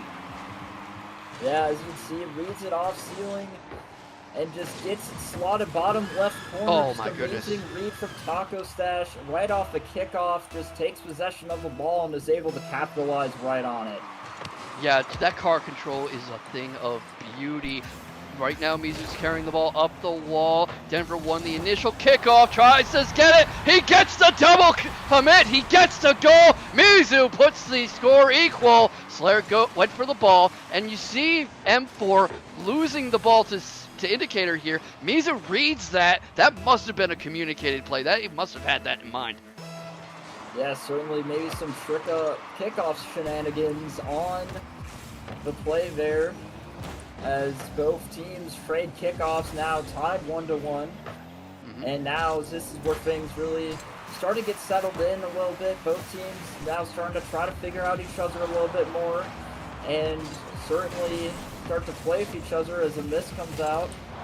And now ball's down the other way. That's an open net, and everyone gets demoed, but Luby's able to make it back in time. That shot was straight to Luby, so Denver really lucked out there. And we're seeing what I was talking about before with the physical play. Slayer's one of the most physical people around in any lobby he joins. He's racking up the demos. So is Taco Stash. And that is a key cornerstone of Baltimore tonight, it's seeming like. If Denver wants to get anywhere with this, and they are getting places, look at that double save they just did, led by Mizu. They're going to need to deal with the physical play. They're going to need to deal with these bumps and demos. They're going to need to shut it down, and they're going to need to slow Taco Stash down, because that man is a literal all-star in CSA. Shutting them down, the strong Baltimore offense, and also finding a way across for bumps. Baltimore team that's demo heavy. You saw it a little bit earlier. Got 2 demos in the back line. Luby, though, was just able to get back just in time for that, but now Luby with a good shot opportunity, but saved away. So close. Luby's shot got saved by Whiskers. Mizu is doing a great job setting up. M4 has an angle. He goes for it, but a double commit saves the ball, swats it away. Slayer goes for another shot. The clear from Luby goes straight to Taco Stash, but Indicator's up there to retrieve it straight to Mizu. Taco Stash a little too wide. That could have been a scary goal threat. You see Taco Stash trying to remove the defenders right there as Indicator is trying to field the ball, turning into a bit of a corner wrestling match. Slayer sends it upwards. The follow-up's not there. Mizu and M4 are chasing the ball down. Indicator circling around, shadowing Mizu. He's going up the corner. He's off the wall. Gets it by Mizu. Gets the second touch. Can he get the third? It bounces off. He loses it to Luby. Luby's a little too high. Luby has a double follow-up opportunity. Can't quite get it. Indicator follows up. Taco Stash in the air, knocks the ball back down. M4 maybe has an angle, but Slayer gets the save. Luby going for the attack now, and you see this constant rotational pressure from Denver. They're trying to pin Baltimore down. I'm still thinking about how great that last series was. I'm so sorry. And it's not really working. They're already pressed back into their defensive third. Yeah, but they're doing a good job at getting the ball out of their defensive end. Now Taco Stash off ceiling, good attempt there. M4 able to make the stop. Yeah, Baltimore really putting on the pressure, but Denver doing a lot better job than last game at, making those stops and getting back on defense and just standing strong, not panicking, not going for either rotations. And so far, that's what's been able to keep Denver in a tie game. But crucial overcommit from Luby, but should be able to get back to this one. Luby has been... Luby has been incredibly good at stretching his car up like that. It reminds me of a middle blocker in volleyball, just getting his fingertips on that spike every single time. Not every single time, I'm not crazy enough to do that. Mizu shuts me up. Look at this, coast to coast. Takes it up, Taco Stash. M4 volleys it upwards, not quite coast to coast. Look at this flick he does. Yeah, so it looks like he was trying to get an Arsenal reset into a Musty there, but didn't quite get the power, but it doesn't matter. Mizu's still able to find the back of the net there. Just a great play to put Denver ahead. Yeah, that is a narrow lead, though, and there's a minute left. A minute can be an eternity in Rocket League. Anyone who's tried to hold a lead in ranked can tell you that much. Luby beats the ball. He gets the ball off. The Slayer is knocking it past the wall. I'm scrambling because that came out a bit wrong. Mizu he tries to go for Slayer and goal here, but Slayer had already withdrawn, so he doesn't make any real contact. Slayer gets the ball off. Mizu is searching for it again. That's going high. Indicator wins the race to the ball. Luby has it ahead of him, though. Indicator low on boost. Both other defenders have full boost, though. Slayer knocks it aboard. That's M4. Indicator. Taco Stash. 30 seconds left to tie this up. Mizu's trying not to let it happen. Indicator spends all his boost sending it down. Slayer loses the ball. Taco Stash goes for it. That's sent away by M4. Mizu follows up. That is saved by Indicator. A defender is cleared, but another one takes the ball away. Mizu is meeting Slayer, loses the ball, gets by Slayer. Slayer gets it past, goes up, 8 seconds left. This is not much time for one goal. The wrestling match in corner. Is there an available shot? No, there's not. Denver ties the series. Yeah, and good job to Denver at fixing some of those defensive mistakes I was talking about game one. And, able to survive Baltimore's onslaught of demos. Mizu, kind of using those demos as kind of fuel for fire, to fire himself up, to get in the play, as you can tell. And Mizu is coming out strong. Luby getting involved in some plays. Just overall a great change of pace from Denver. Absolutely. I was talking a bit about how they have to adjust to the physical play and the offense coming from players like Taco Stash. Here you see that incredible aerial touch, and Slayer getting this ball up here. But that is exactly the adjustment they needed to make. Indicator and Mizu sharpening up their coordination, their comms, and just playing more defensively and counterattack heavy in general, I think. And it also seems like they were playing a little more comfortably with the demos, like I was talking about. Yeah. Certainly Denver able to figure some things out here as we get underway with Game 3. Series is tied 1-1, and I think this is going to be a close match that we all want to see happen here as we are getting ready to get underway with the third game of the world-class Grand Finals. At this rate, I would not be surprised to have a Game 7, and frankly, I cannot imagine better for the final game of the season, at least for World Class. Indicator spikes it down. Mizu's waiting for it, carries it straight midair. Taco Stash goes for it. He loses the ball, but it goes back down to Slayer. Slayer goes after it. M4 strips it away. Indicator's shadowing it. He's going after it. Loses it to Mizu. Mizu bounces it off a defender and knocks it in. Look at those mechanics, Poke Ninja. Yeah, amazing. I didn't even realize this gets the flip reset and then follows it on top of it to dunk Taco Stash. And Mizu drops a be careful in the chat after that one. Just an amazing play. Mizu is hungry for this win. Yeah, Mizu has incredible mechanics and creativity, which you would expect from a content creator like him. He loves Rocket League, he eats and breathes this game, and what Slayer is trying to do is he's trying to show him that sub counts don't care about the scoreboard, or the other way around. What Slayer is trying to show him is that the scoreboard doesn't care about your sub count, but Mizu is playing with his heart right now. He's playing incredibly creatively. He's having good synergy with Luby and M4. Indicator wins the wrestling match off that corner. M4 is shadowing the ball. Mizu comes after it. That's a bit of a risky exposure, but it's too wide to be a serious threat. Slayer carries the ball. He gets it by 2 defenders. That net's open, or it was. M4 gets there. Centered again. Taco Stash goes after it. 2 defenders send it upwards. M4 brings it up his own wall, sends it up for Mizu. Taco Stash loses the 50. Mizu wins a second 50, brings it up, sends it up to Luby. Luby clears it long. That's going to deal with all 3 defenders, draws all 3 of them. Taco Stash is in the air. Mizu's set up. Luby gets it, so does M4. Mizu's getting the ball, he's stalking it, waiting for M4 to get the infield pass. Most likely Slayer takes the ball. And right now, Slayer and his team, Slayer and Baltimore, need to find a way to get out of their own defensive third. They are feeling a little pinned down right now.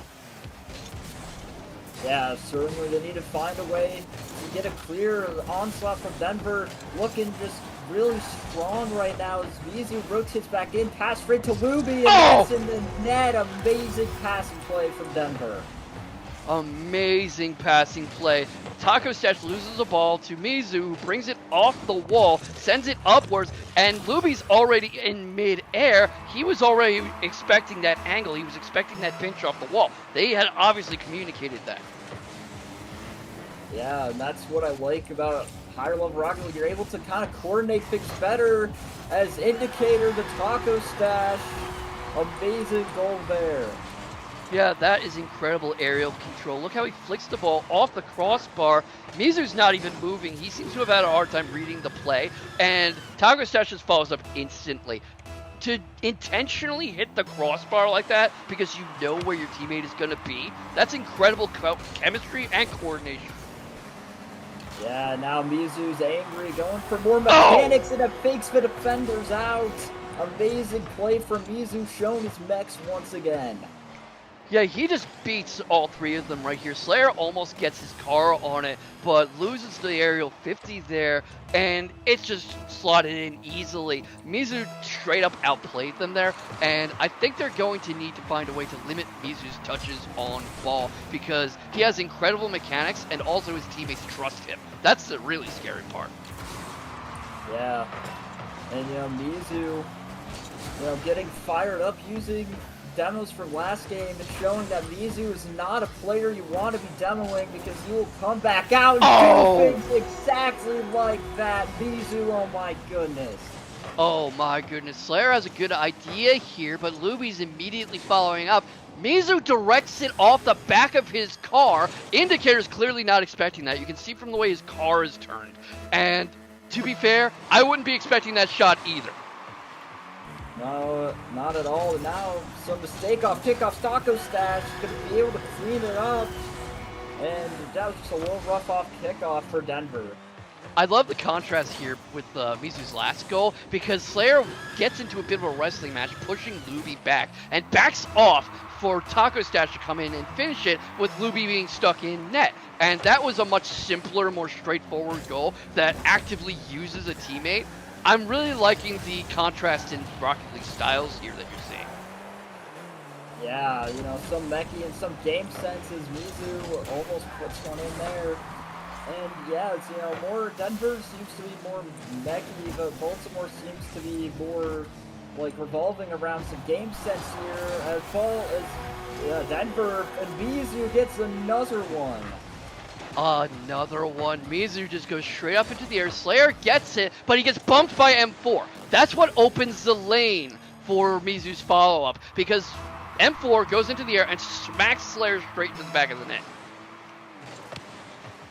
Yeah, just amazing play. Mizu destroying this game with 4 goals and 4 shots, 100% shooting accuracy, which is just amazing. Mizu playing his absolute heart off this game, and now Baltimore needs something to respond. Yeah, and what we're seeing from Denver is just extreme high pressure, high pressing, very high aggression. Rocket League, as yet another goal comes in from M4. That gives them 10 shots on the game thus far. Luby sets this up, and M4, that is just sickening mechanics, the way he finds that opening and slots it in, and the defenders from Baltimore are just grounded. Yeah, and you know, this is what playing with confidence will do. I mean, Denver, or especially with Mizu, has a very confident aura, and so when you play confidently in Rocket League, you do things like that, which almost ended up in the net, but now it goes down the other way, and Ruby can't quite get it. No! Backhand. It might or might not just be me, but I feel like Slayer is using Denver's cars against themselves a lot of the time. Look at this. He sets it up so it bounces off M4's car, and when Luby comes in, he hits it, and the ball goes in. It was like he made that shot knowing that the double commit would come. Yeah, or you know, maybe it's just more so on Denver trying to go for some more cheeky plays as they're up a considerable amount in this game.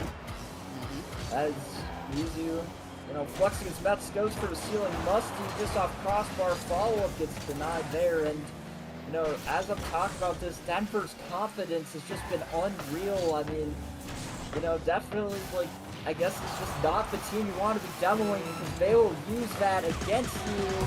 However, Slayer wants to make this comeback.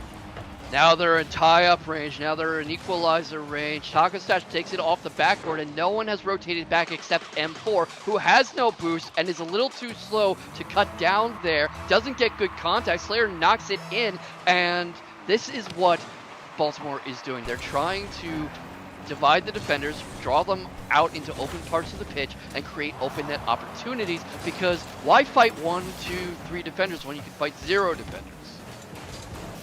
Yeah, and capitalizing on those plays, something that Baltimore failed to do, but Denver most likely going to take this game very considerably. Oh. And Denver showing off a max amazing performance from Mizu in Game 3. Oh my goodness, and that puts Denver up 2-1, and that was just a masterclass. That was insane gameplay from Denver here, and also Baltimore. Baltimore also played well, but Mizu played out of his mind. So did the rest of the team supporting him, and M4 was very helpful on the defensive front. 3 saves in that game. I am just incredibly impressed by Denver here, and what I'm wondering is what Baltimore is going to do about it, because Slayer is a professional coach. He has been in these situations before. He is somebody who has won a regional championship. He, in this recent split, led BTF to the grand finals. I believe it was the grand finals of CSA in the most recent open qualifier. They placed second in that open qualifier. This is a man who has led teams through tough situations. Taco Stash is the captain on paper, but he and Slayer work together so much that I imagine Slayer has a lot of say in that locker room. I'm very interested in seeing how they adjust. What do you think they might do differently coming into Game 4? Well, certainly Slayer takes his team to a timeout. I think they just need to play a little bit more solid, especially on defense, being able to, you know, kind of make some more of those reads, kind of like not underestimate the other team, know that they're going for some more mechanical stuff, and kind of take advantage of the gaps in the defense from Denver, as there are definitely some and some good chances. Maybe go for some more demos. However, maybe not, as Mizu gets fired up when demoed. So certainly an interesting thing there. They might be taking a brief tactical pause at the moment, which I wouldn't blame them for, because there's still plenty of Rocket League to play. This is 4 games into a best of 7, so we could have up to 3 more games going on here. So I wouldn't be surprised if they're reviewing the tape a little, catching their breath, because this is a very mentally taxing game, and also surprisingly physical. Your heart rate goes up, your CNS is firing constantly, the muscles in your posture, in your seat, in your wrists and forearms, they need a bit of a rest, they need a bit of a warm-up, and that gives everyone a chance to take their breath, to catch their breath, and to get into the game. To get into game number 4, which they're kicking off for right now! Welcome back to Grand Finals. That's set up for Slayer. Slayer doesn't have any boost left. M4 gets the long clear. He double taps it in, but it's no good. Indicator with the save. Mizu misses. Yeah, maybe taking a break on a different game wasn't the best idea from Mizu, but still able to hold on defense there as pass up goes to Luby. And now Denver, Baltimore, we need to see what they've changed up coming off of this tactical Oh my. timeout. It must have been something, because look at Takastat setting this up. He brings it backwards. Luby's going after the ball. It's that awkward touch off of Luby's car that sets it up, because that sends it straight to Slayer, gets right in front of him, and that's a difficult angle to set up on purpose. But when the opponent gives you the ball like that, priceless. Yeah, certainly. Now Denver needs to find a way to respond here. Luby gets difficult off-ceiling answer from Mizu, and Denver having some minor defensive mistakes here, but on offense, they are striking. Yeah, that was incredible pressure. M4 gets this off the corner here. Slayer goes for it, but he misses it. He doesn't have enough boosts. And it's that same angle almost the exact same angle Slayer just took. That part of the pitch is very dangerous for both teams right now. Yeah, just an offensive showdown. It looks like coming down for both these teams here as Mizu flies off ceiling to make that stop. Just amazing confidence coming out from Denver there as switching save not quite needed as the ball goes high there. And, this is just the confidence, but Indicator will get a goal. I think the way Indicator moves his car here, the way he resets off the ceiling and spins in the air, throws off the defensive timing. Because you see Luby, who doesn't really have enough boost to seriously contest, hesitate for a moment as if he wasn't sure if that would go in. Yeah. And yeah, that seemed like they were unsure how to deal with it. Now Baltimore back up on top here. In game 4, timeout buff is working in their favor so far as M4 comes off ceiling past to Mizu. Stocko Stash gets the save, and Baltimore are kind of starting to expect some more mechy plays coming from Denver, and they're able to use that to strike back more efficiently. But Denver doing a decent job on defense right now, but need to find a goal to strike back. Of course, 3 minutes is a ton of time to get one goal. That's a kickoff away if something goes wrong. Luby sends the ball skyward. Mizu challenges. Takasach doesn't have enough in the tank. Takasach goes in. He steals some boost. That's going upwards. Everyone backs off from Baltimore. Takasach does a bit of an odd flip. I think he whiffs something he was trying to do. He's pinched backwards. Mizu chases it. He's going after Indicator, stalking him. Can't quite get him. That goes across net. Luby sends it back. Takasach is right there. That's set up for Slayer. The long clear. Mizu misses. Indicator with the save. Yeah, and very good save for Indicator. Mizu, almost had another amazing flip. Indicator was there to make that read, and, Denver's, I want to take a look at Denver's defensive rotations for a moment, because that's just been scaring me, and there were some times where Baltimore had a seemingly open net and just couldn't quite get it there, so Denver certainly needs to lock in more on those defensive rotations, but Baltimore's doing great on offense there. Slayer almost puts it in, but barely just goes out of the net. What I'm seeing a lot from Slayer is trying to literally physically wrestle the ball past defenders. Sometimes it works beautifully, but I think when he was tussling with M4 there, Mizu knew what was happening because Slayer's becoming a bit predictable in playstyle. But that's going infield towards Slayer! No one gets it! That's in! Slayer puts them up ahead! And that's what I kind of was worried about with Denver, a little bit of overcommit, leaving one back, and that's just a wide open net for Slayer, and he will capitalize right on it. Capitalize indeed this just goes to show you that nobody is above mistakes. Everybody leaves open nets, everybody own goals, everybody whiffs. Right now, M4 almost gets that straight into Slayer, but gets it over him. He breaks up his momentum a little to get that best indicator, sets that up for Luby. Luby sends it into the corner. Indicator doesn't have enough of an angle to jump for it. That's looking for somebody. That's looking for M4 there. Luby comes after it, off the wall, wide. Taco's Stash carries it along. He's trying to dribble it. That's a bit of a collision, and that's another demo. Slayer is physical as always. M4 tries to get the save. He does. That's high. Slayer gets it in. Perfect slot from Slayer, right where the defenders are, top right corner. Just clean Rocket League there. Perfect placement to get the goal and go up 3 with a considerable lead in Game 4. Absolute masterclass here, and it's very fun to me how we're not really seeing very many close games other than that first one, or at least on paper they're close, but spiritually they very much don't feel close. It's like the first feeling out round was there, and now everyone's getting used to each other and just hitting each other as hard as they can, and both teams, depending on the game, they're almost taking turns with this, are just showing that they've solved something the other team does. Oh my goodness, another infield bound to Taco's Dash. Luby gets it in the air. That's an open shot. Slayer gets a save.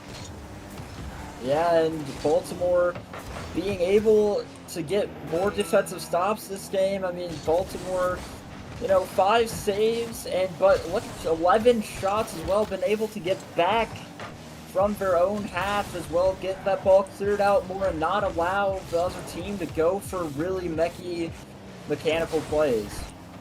Yeah, a bit of an interesting commitment there. Defensively, 10 seconds left, and this is, this one's just done because you cannot get 3 goals in 5 seconds. But I'm very interested in seeing what is going to happen differently when Denver takes the pitch for the next game as we get tied up yet again.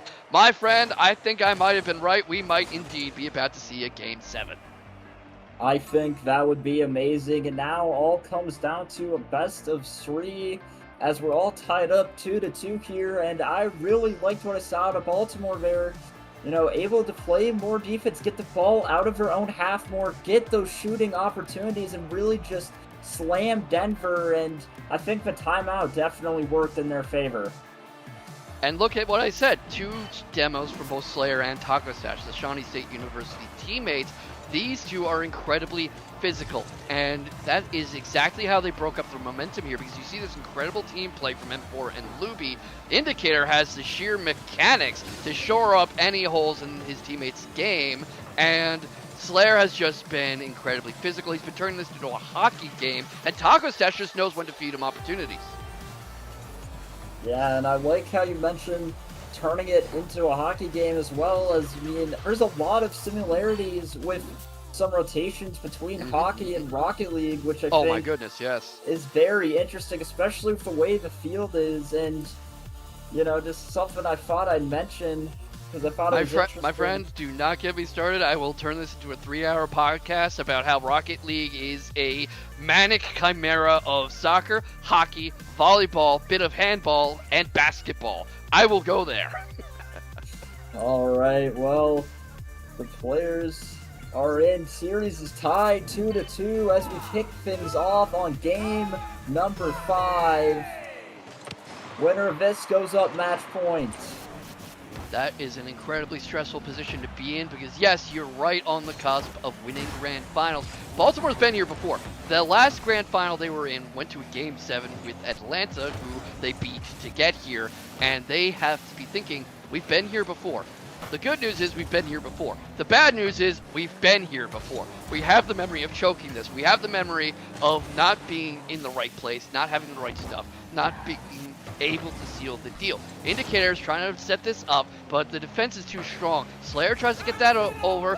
Luby gets the ball. Taco Stash was circling in. He follows up. That's not quite fast enough. Mizu with the save. He carries it up the ball. Almost loses it to Indicator. Wins the 50. Taco Stash has to field it. Gets it by Luby. That's an infield pass for Slayer, but a little mistimed in my opinion. Slayer gets it back downfield. Ground pinches it. That's for Indicator. Can Indicator make something happen here? A bit too wide.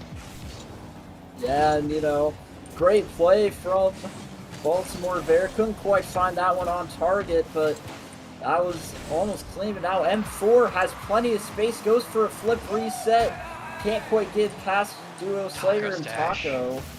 Oh my And goodness. so far, both teams putting on shots, but none have gone through yet. Yeah, this is absolutely a much more defensive game thus far, but I don't want to caster curse it, and it suddenly turns into a hockey fight. That's a bit too high. That is Indicator and Taco Stash following up. Taco Stash finishes his own shot. Look at this. Taco Stash. That goes back up after the pass from Indicator. He sees it bounce off the crossbar, and he's already there. I'm not sure if that was an intentionally designed play or just incredible recovery. I mean, yeah, and for Denver, both teams who were back had low boost there, so they weren't able to get a good read on that. However, amazing play from Taco Stash, just putting in the work and trying to change the tide of this series. Yeah, and the tide is locked right now like a moon that does not turn. That's a little too high. Slayer's watching for it. Indicator fields it. He loses all his boost doing it. Luby drops it down. He's sending it for M4. Mizu's circling back, stalking Slayer on the way up. Takes it up the wall. Slayer gets a demo on M4 while he waits. The most physical person in this league, probably. Wishes he could hit players for real, I bet. He gets it past one player, M4 is waiting for it, gets it off the crossbar, off the backboard, I should say. Mizu's circling, watching, back to the Slayer. That seems to be a recurring motif. Mizu and Slayer keep finding these little one-on-ones. I was not making that up, but Luby wasn't making this dribble flick up. Look at this! Just a good one-on-one play there. Taco Stash can't quite get the demo, so 1v1, and Luby able to flick it right over Indicator to tie up the game. That's why people tell you that if you want to get better at Rocket League, you need to play once. Because that was a once play. That was M4 and Luby just showing one's skill. I would not be surprised if they're rated very high in ones after having seen that play off. Luby gets it off the corner to himself, but Slayer's there this time, beats it. Mizu's stalking, Mizu's shadowing, loses the ball, goes skyward, wrestles it away. That's sent for M4, that's intercepted. M4 makes it, gets it to Luby. Luby takes a demo. M4's trying to finish. Can he? He's got a look. He's got the finish. Bang! Yeah, great read there from M4. Recognized the net was almost open, pops it past one, and now has an open net to play with, and M4 slots it bottom right.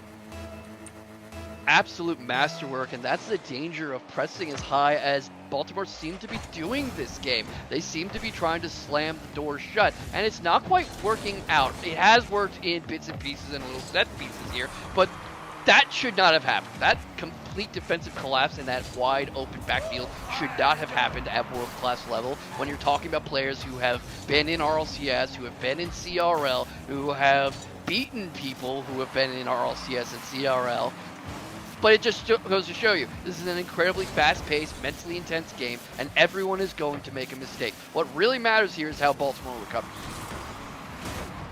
Yeah, Baltimore certainly don't want to go down match point. Iser has a minute and a half to find something, and so definitely possible there. They just need to get maybe a little bit more creative, lock up those rotations, and really find a way to punish Denver. Yeah, looking for that way. Slayer's taking it up. There's Mizu again. What was I saying? These little one-on-ones between them keep happening. I know it's just a feature of the game, but it feels like an episode of Blue Lock or something. Mizu gets to clear. A minute left. Slayer's there again. That's going back towards Denver net. It's wide. Taco Stash able to find it. Indicator carrying it. That's probably intended for Taco Stash. M4 intercept. That is going high for Mizu. Mizu blitzes it. Indicator sends it along. M4 shadowing. It's going downfield. Taco Stash with a bolt from heaven. Yeah, and as you can see there, Taco Stash able to read the play right. I mean, one defender gets kind of awkward. M4 doesn't quite get the read on where that ball is going. And Baltimore will capitalize to tie up this game. In some ways, I was talking for a moment in the last interstitial about traditional sports Rocket League. Like, there's a lot of sword fighting in here. There's a lot of, hear me out, waiting for your opponent's strike, waiting for their thrust, and you parry, counter thrust. And often, that's just a goal, straight up, especially at this level. Yeah, I think that is a great Analogy? way of putting it there. And definitely Rocket League a lot like sword fighting, definitely just waiting for the opponents to make the mistakes here as we wind down in regulation with this game looking like overtime. Mizu up to go ahead. That is heartbreaking for Baltimore. Look at how M4 sets this up. And the defenders think M4 is the main threat here. They go after him, and there's no one to stop Mizu. This is kickoff goal range, but probably Denver match point. Yeah, I see double commit on kickoff, but can't make it work there. And Denver will steal away game number 5 to go up match point. And that was an incredible start to the game from Baltimore. So especially impressive from Denver seeing them recover like this, especially because Taco Stash and Indicator were playing so well, and Slayer was kept relatively quiet. 3 demos, as he likes to do, but only 1 shot, and those are his only contributions to the scoreboard. Obviously, Taco Stash and Indicator were very active in that game, and there's more to the game than points. But it seems like they did a good job of keeping him quiet. Meanwhile, see here, Taco Stash and Indicator had a great team play here. I feel like you saw a great deal of live adaptation here, and Luby's one skills are really showing. Yeah, it was a great play from Luby, getting it, past one flick one-on-one situation, just reads it, and as you were saying earlier, yeah, that's why you play ones. That's if you want to get better. I know everyone hates the game mode, and it's, can be tilting, but that is the way to improve, and you could see just how it makes you improve at the game right there. I have to wonder what Baltimore's thinking right now, what Kitty is thinking, the general manager, what Taco Stash, the captain, is thinking, and how they're going to adjust here, how they are going to get out of this jam, because Denver's on set point now. Baltimore has been here 3 times before. 3 consecutive grand finals where at the last hurdle they couldn't get it done. I was talking at the very beginning about Slayer himself was in grand finals of the season last season and lost there too. Nobody wants to lose this many times consecutively. Baltimore's gonna have to figure something out, and this might be their last chance. Welcome to Game 6. Game 6. Here we go. Denver's up match point. Baltimore trying not to look like the 1990s Bills here. Oh, as nice. Mizu put one high. Good chance there. And both these teams starting off strong.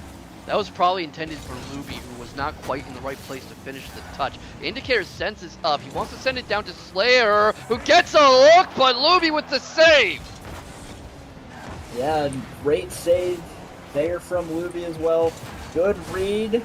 And now, I know the nerves are starting to kick in now for both these teams here as Mizu barely gets an awkward touch on Ford trying to dodge a demo there, and just amazing, just trying both these teams. Nerve-wracking as slight overcommit comes up from Baltimore, but they're able to get away.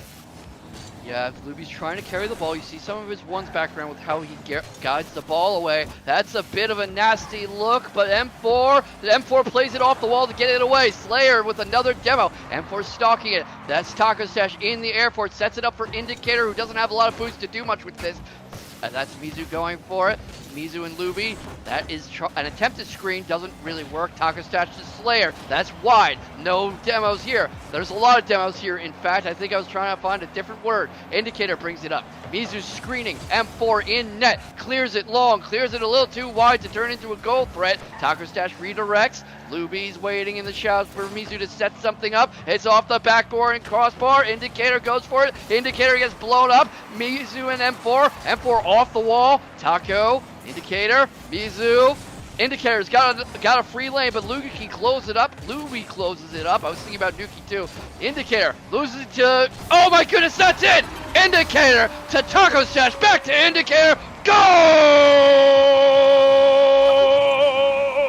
I had to do it at least once. A great play from Baltimore there. Indicator with the amazing goal steal there. I'm pretty sure that was in no matter what, if Indicator touched that or not, but this Indicator showing off some skill there. But now Luby with a good chance to have 4. Indicator makes yet another stop there, and Indicator really doing well in this game 6. Slayer positions himself really well here, knowing where Mizu's going to drop the ball. That almost goes in. M4 had to really stretch for that. Luby sends it downfield again, off to M4. Indicator's on the crossbar waiting for it. Sets up a pass. Mizu gets a bit of a flip. That's probably an intentional half turn because he reads the place of the play. Indicator's positioning himself. Does he have a look? It's a little too high. That's going up.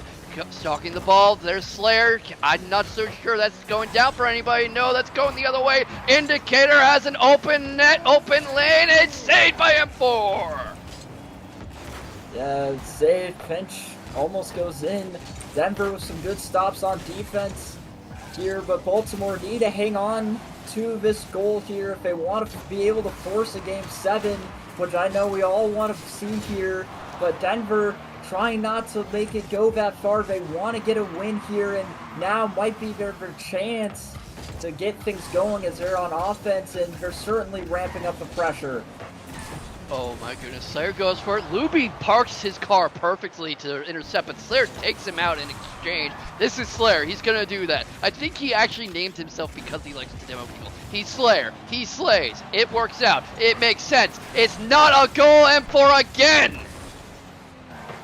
Yeah, amazing stop from M4, gets the right read on that. It looked like that could have been in. M4 gets a good stop to keep Denver's hopes in this game alive here. Now down the other way, Denver is going to be able to recover in their corner, and it's just amazing to see these teams try plays. Mizu try to force it low, Indicator, late shot, and Denver's so far been doing decent on defense. Luby, awkward set, Taco again, back mid, Indicator looking for a shot, but Denver's defense holds strong. Yeah, but they need to make something happen here. Time is dwindling. 50 seconds left. That's going high. Taco Stash is already there for it. Reads the path of the play. Gets the ball up. That's a bit of an awkward angle for defenders, and it's equalized! M4 ties it up. 41 seconds to go, and that's plenty of time to get the go-ahead. Look how Luby sets this up. They actually tackle Luby thinking he's the main threat, and that gives M4 an unopposed lane. Yeah, that was an amazing goal there from Denver and M4 to find each other, find the connection, and playing with your team. That's what I love about watching this Denver squad. They pass to each other, they go for crazy plays. Sometimes it works, sometimes it doesn't. And Slayer will get the lead. 30 seconds is still a lot of time to tie this up. Luby actually bounces that badly. Slayer sends that in. Taco Stash is in position to finish it off, and I think what he does there is he actually slows down the defender because he's close enough to collide and cause hitbox weirdness, and that buys the time for Slayer's shot to sink in. Alright, now 20 seconds. Let's see how Denver is able to respond as another goal for Baltimore almost goes in. Amazing save to keep Denver in this game. Going to be a tough final 10 seconds for Denver if they want a chance to keep their hopes up alive. And oh my goodness, that's an open net! 7 as Mizu gets cleared away. Ball hit, it's about to hit the ground. Game 7, here we go. Oh my goodness. What did I tell you? What did I tell you, chat? What did I tell you, Pokey? Game 7. And however this series goes, I think some RLCS scout has to check out M4, especially if they're looking for a defensive third man. The man was unreal tonight. Yeah, I mean, I say tonight as if it's done, but, you know, he's been unreal tonight. Yeah, just been unreal. Indicator. Able to do well. I mean, look at the shots from Baltimore compared to Denver. Denver only had 3 shots combined. Baltimore put on the pressure. 15 shots compared to Denver's 3. Just amazing play. But now it all comes down to this one final game. $100 on the line. World class, highest tier in CSA title on the line. And of course, it goes to game number 7. Of course, it could only be one other way with this much destiny, this much story, these many characters. Like I said, it's a bit of Haikyuu, bit of Blue Lock, bit of Ow Ashy, bit of Ace of the Diamond, bit of Slam Dunk, because I'm a bit of an unk when it comes to sports anime. And any moment now, we're going to see that Game 7. We've got the ultimate showdown here. We've got Mizu leading Orange. Yeah, they are orange. Denver are very orange. I believe orange is kind of a recurring color for them. I'm not wrong. And Baltimore trying to show that they can finally be the bride and not just a bridesmaid. They have their shot of redemption at a win at a title after 4 consecutive, including this one, appearances in grand finals. Let's see how Game 7 turns out. Will it be another heartbreaker for Baltimore? Are they going to be able to finally win when the lights shine the brightest here in the final stage of World Class? Or are Denver gonna shut them down and show them heartbreak once again? We will just have to find out as Taco Stash folds it up, leaves it for a teammate, and now back and forth we go at the start of Game 7. A very defensive feeling out process here. You see Mizu have to avoid a teammate collision with M4 there. Both teams are prodding each other's defense right now. They're doing these long languid clears and gentle touches. They're seeing how each other respond. Mizu's warming up the offensive play, the physical play. M4 sets one up for Luby, but it's parried wide. Taco Stash knocks it away. Luby takes it back off the wall, loses the wrestling match to Slayer, tracks his own ball down. That's transitioning the other way. M4 clears it. Indicator's already up waiting for it. That's going towards the wall, towards the midfield boost. No midfield boost for Indicator. He's running dangerously low. M4 clears away, takes out Slayer. Taco Stash sends the shot up. Double commit. Save! Amazing save there from Denver. Now it goes down the other way. Now just kind of nervous Rocket League follow as we enter this Game 7. Some more scrappy plays here. More ping pong-like style of gameplay here. And that's typically what happens when you see nerves start to come out. But Mizu has the ball. Do anything there. Tries to get the dunk. And now Denver on the attack, trying to get the first strike. Awkward defense from Baltimore, but they're able to hang on for now. Slayer's shadowing the ball, spots that, clears it long. M4's already got it, tries to bring it down. That is going to Luby. That goes up again. Taco Stash finds it. Mizu's waiting for it. Loses the ball midfield to Luby. Indicator goes back up for it. Mizu has a look. He gets the save, gets the clear. Taco's taking the ball. Indicator is not in a good position to do anything with it. Taco knocks the defender aside. Slayer brings it up the wall, sends it towards the pitch. Indicator wants it, can't get it. Going the other way now. Taco Stash in goal, waiting for it. Indicator carries it up off the ceiling, sees if he can get it past any defense. M4's timing is thrown off a bit there, I think. He didn't expect Indicator to just drop like that. All 3 Denver defenders are close to net. No clear lanes. Slayer goes for it anyway. Doesn't work out. That's not going to go in. That's another save from Mizu. Yeah, back and forth. All game so far. 3 minutes already gone. Not a goal to be scored. Both these teams don't want to overcommit too much. Don't want to give up too much pressure either, as it could be whoever strikes first might just take it here. As Taco, good bang. Now Denver awkward on defense. Mizu's caught the net, but the shot isn't hard enough. And now we go back down the other way, just back and forth here in this Game 7. Back and forth indeed. Slayer's hunting for it. Mizu carries it up. Can he get it by Indicator? Yes. Loopy loses the ball to Slayer. That's going towards M4. Taco's waiting for it. That's not going to turn into a shot. M4 tries to get it. He loses the aerial 50. Mizu's taking the ball. Slayer again. Bringing it up. That's taken off the backboard. Luby's got great backboard defense. Mizu's got it again. Keeps the ball through contact. There's Luby going for it. M4's stalking midfield, shadowing. Stops to clear. Stops Slayer from getting a good shot. Slayer circles back. He's looking for the ball through Luby and Mizu. In comes Taco Stash. Indicators spewing it into the corner. That's going along the wall. It's cleared away. No shot opportunity. Slayer's got it. It's saved. Yeah, light shot there from Slayer. Easily gets saved away. Mizu back in net, and both these teams playing just a little bit scary, playing nervous. As tough overcommit though from Luby, but Indicator kick with a double tap. Oh my goodness, that was almost incredible from Indicator. But now the ball goes down the other way, and the other end. 30 seconds, and yet we still don't have a goal here. Mizu able to get the flick. Mizu takes the flick away. Indicator continues the attack. Mizu gets it again. He's stalking it along the backboard.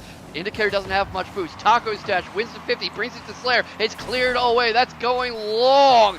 Luby gets it in the air, brings it off the corner wall. Indicator, 10 seconds to overtime. 10 seconds to potentially put Baltimore on the champions podium. 3 seconds. Slayer sends it to Indicator. Oh! Indicator misses. Overtime! Game 7 overtime. I was telling Kitty about this earlier in my unofficial series prediction, but now here we go. Can Baltimore see a different result this time? As Slayer brings it down mid. Mizu gonna take it up the corner wall. Indicators there. Baltimore does not want to lose this, especially in a Game 7 overtime. And here we go. Game 7 overtime has to be literally the worst way to lose a series. I don't care who you are. That rips your guts out. That makes you consider whether you want to just hang up the controller or the keyboard if you're a KBM player. Slayer doesn't want to let that happen. He doesn't want to let this end this way. Indicator misses it! That's going... Oh my goodness, Indicator! That is saved by Taco Stash. Mizu's in the field. M4 is also there. Luby's trying to find a way to get it out of the corner. Slayer, M4, wide. Indicator with the save to Mizu. Mizu carrying it up. This is going down. Taco Stash is there. Oh my goodness, that was so close to becoming a double tap into poking. Yeah, just amazing play there from Mizu. Now Mizu's got to be careful now on defense. As now that's right mid. Taco Stash gets saved away. Oh my goodness. Both these teams keeping us on the edge of our seats on offense, barely being able to make the saves here. And Mizu able to collect it, trying to pass it up to a teammate. You saw the play earlier, going for bumps, but no one was there. Everyone's too afraid to overcommit, and as they should be. Now Mizu caught awkward on the back line, trying to get it cleared away. Luby gonna pass it up. Mizu trying to get the ball, and will clear it away. Yeah, and you have to watch people's boost tanks too. Everyone is starting to run low on boost. That's it!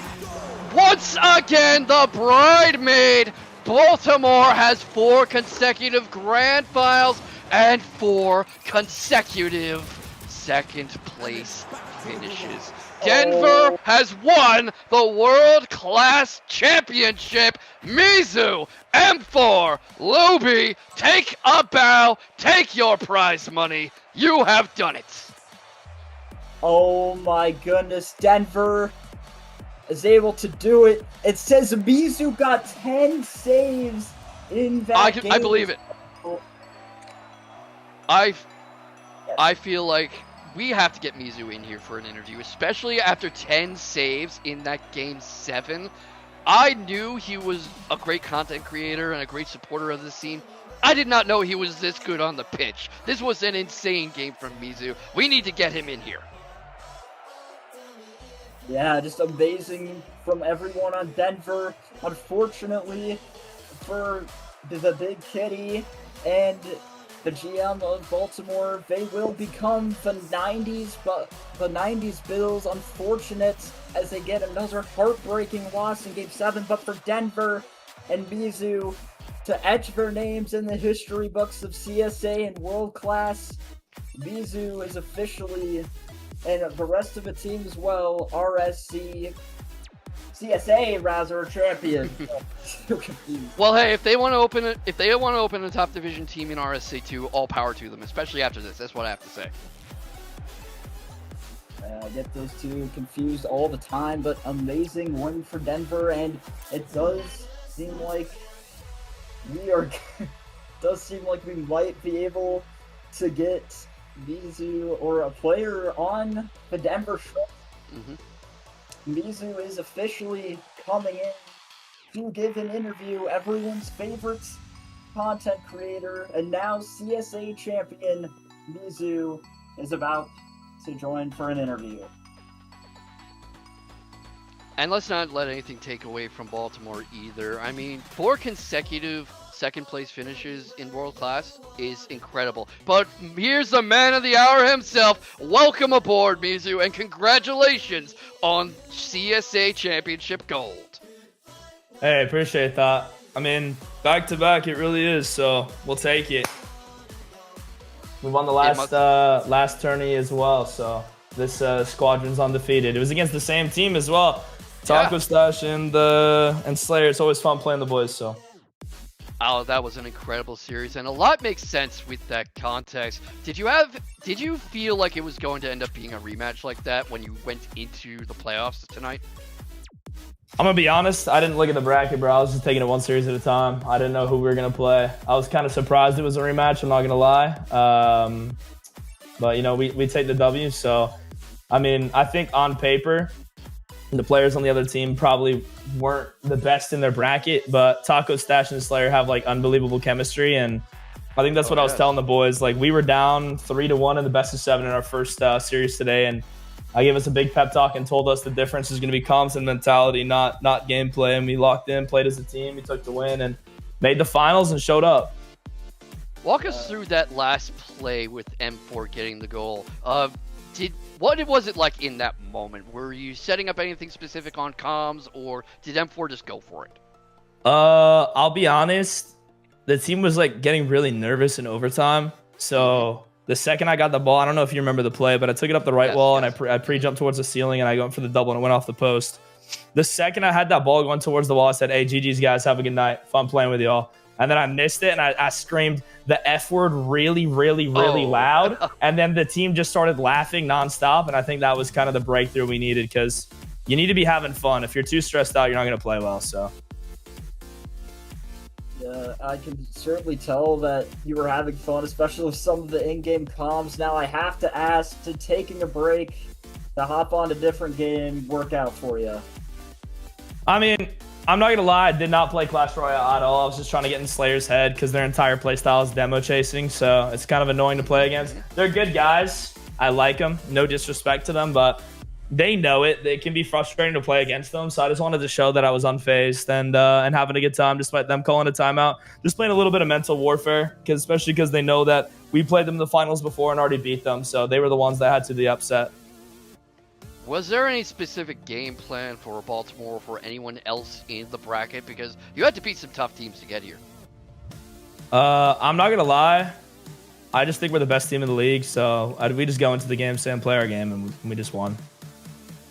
Sometimes that's all it takes. Sometimes you can't overthink it. So, getting a bit of a message from Mothership there. Sorry. So I think it might be time to see if there's any final notes from you, and a last question from Poke Ninja as well. Do we know who the MVP of our team is? Is that decided? Okay. Most likely you. All I'm gonna say is, you know, I entered this league for the first time, and it was an absolute blast. I appreciate the invite, but you know, I did go in the last round as one of the last players picked overall, and I did win MVP in both tournaments and won both tournaments. So all I'm gonna say is the disrespect worked as motivation. My team is full of a bunch of demons, and if I don't go first round overall in the next season, I'll be disappointed. Thank you guys for the invite. I appreciate the casting. You guys do a great job, man. I can't resist. Okay, what's up? Can CSA have a video? I entered a professional Rocket League tournament. Never mind. I'm joking. I mean, honestly, considering the gameplay and the comeback and the story, maybe, but I just wasn't recording, so and then there's no pressure at all. I'm just pulling your leg. I just couldn't resist. Congratulations. No, yeah, I know. Honestly, it would have been a good video. I just wasn't recording, unfortunately. No worries at all. Congratulations. Thank you guys for having me, man. I appreciate y'all. Have a great night. Thank you so much. Have a great rest of your night. And that wraps up World Class and the stream for tonight. Denver Shred with an incredible Game 7 overtime win to take the World Class Championship. And as always, I'm your host, Poke Ninja. One of the casters, Poke Ninja 77, joined by my favorite Chris Collinsworth, sound-alike K-Box. It has been us and Nuki in the booth. I'm Poke Ninja 77. Good night and big balls. I don't think we're allowed to say that on air. Good night. I'm K-Box. Go home, everybody. Oh, we can say that, all right.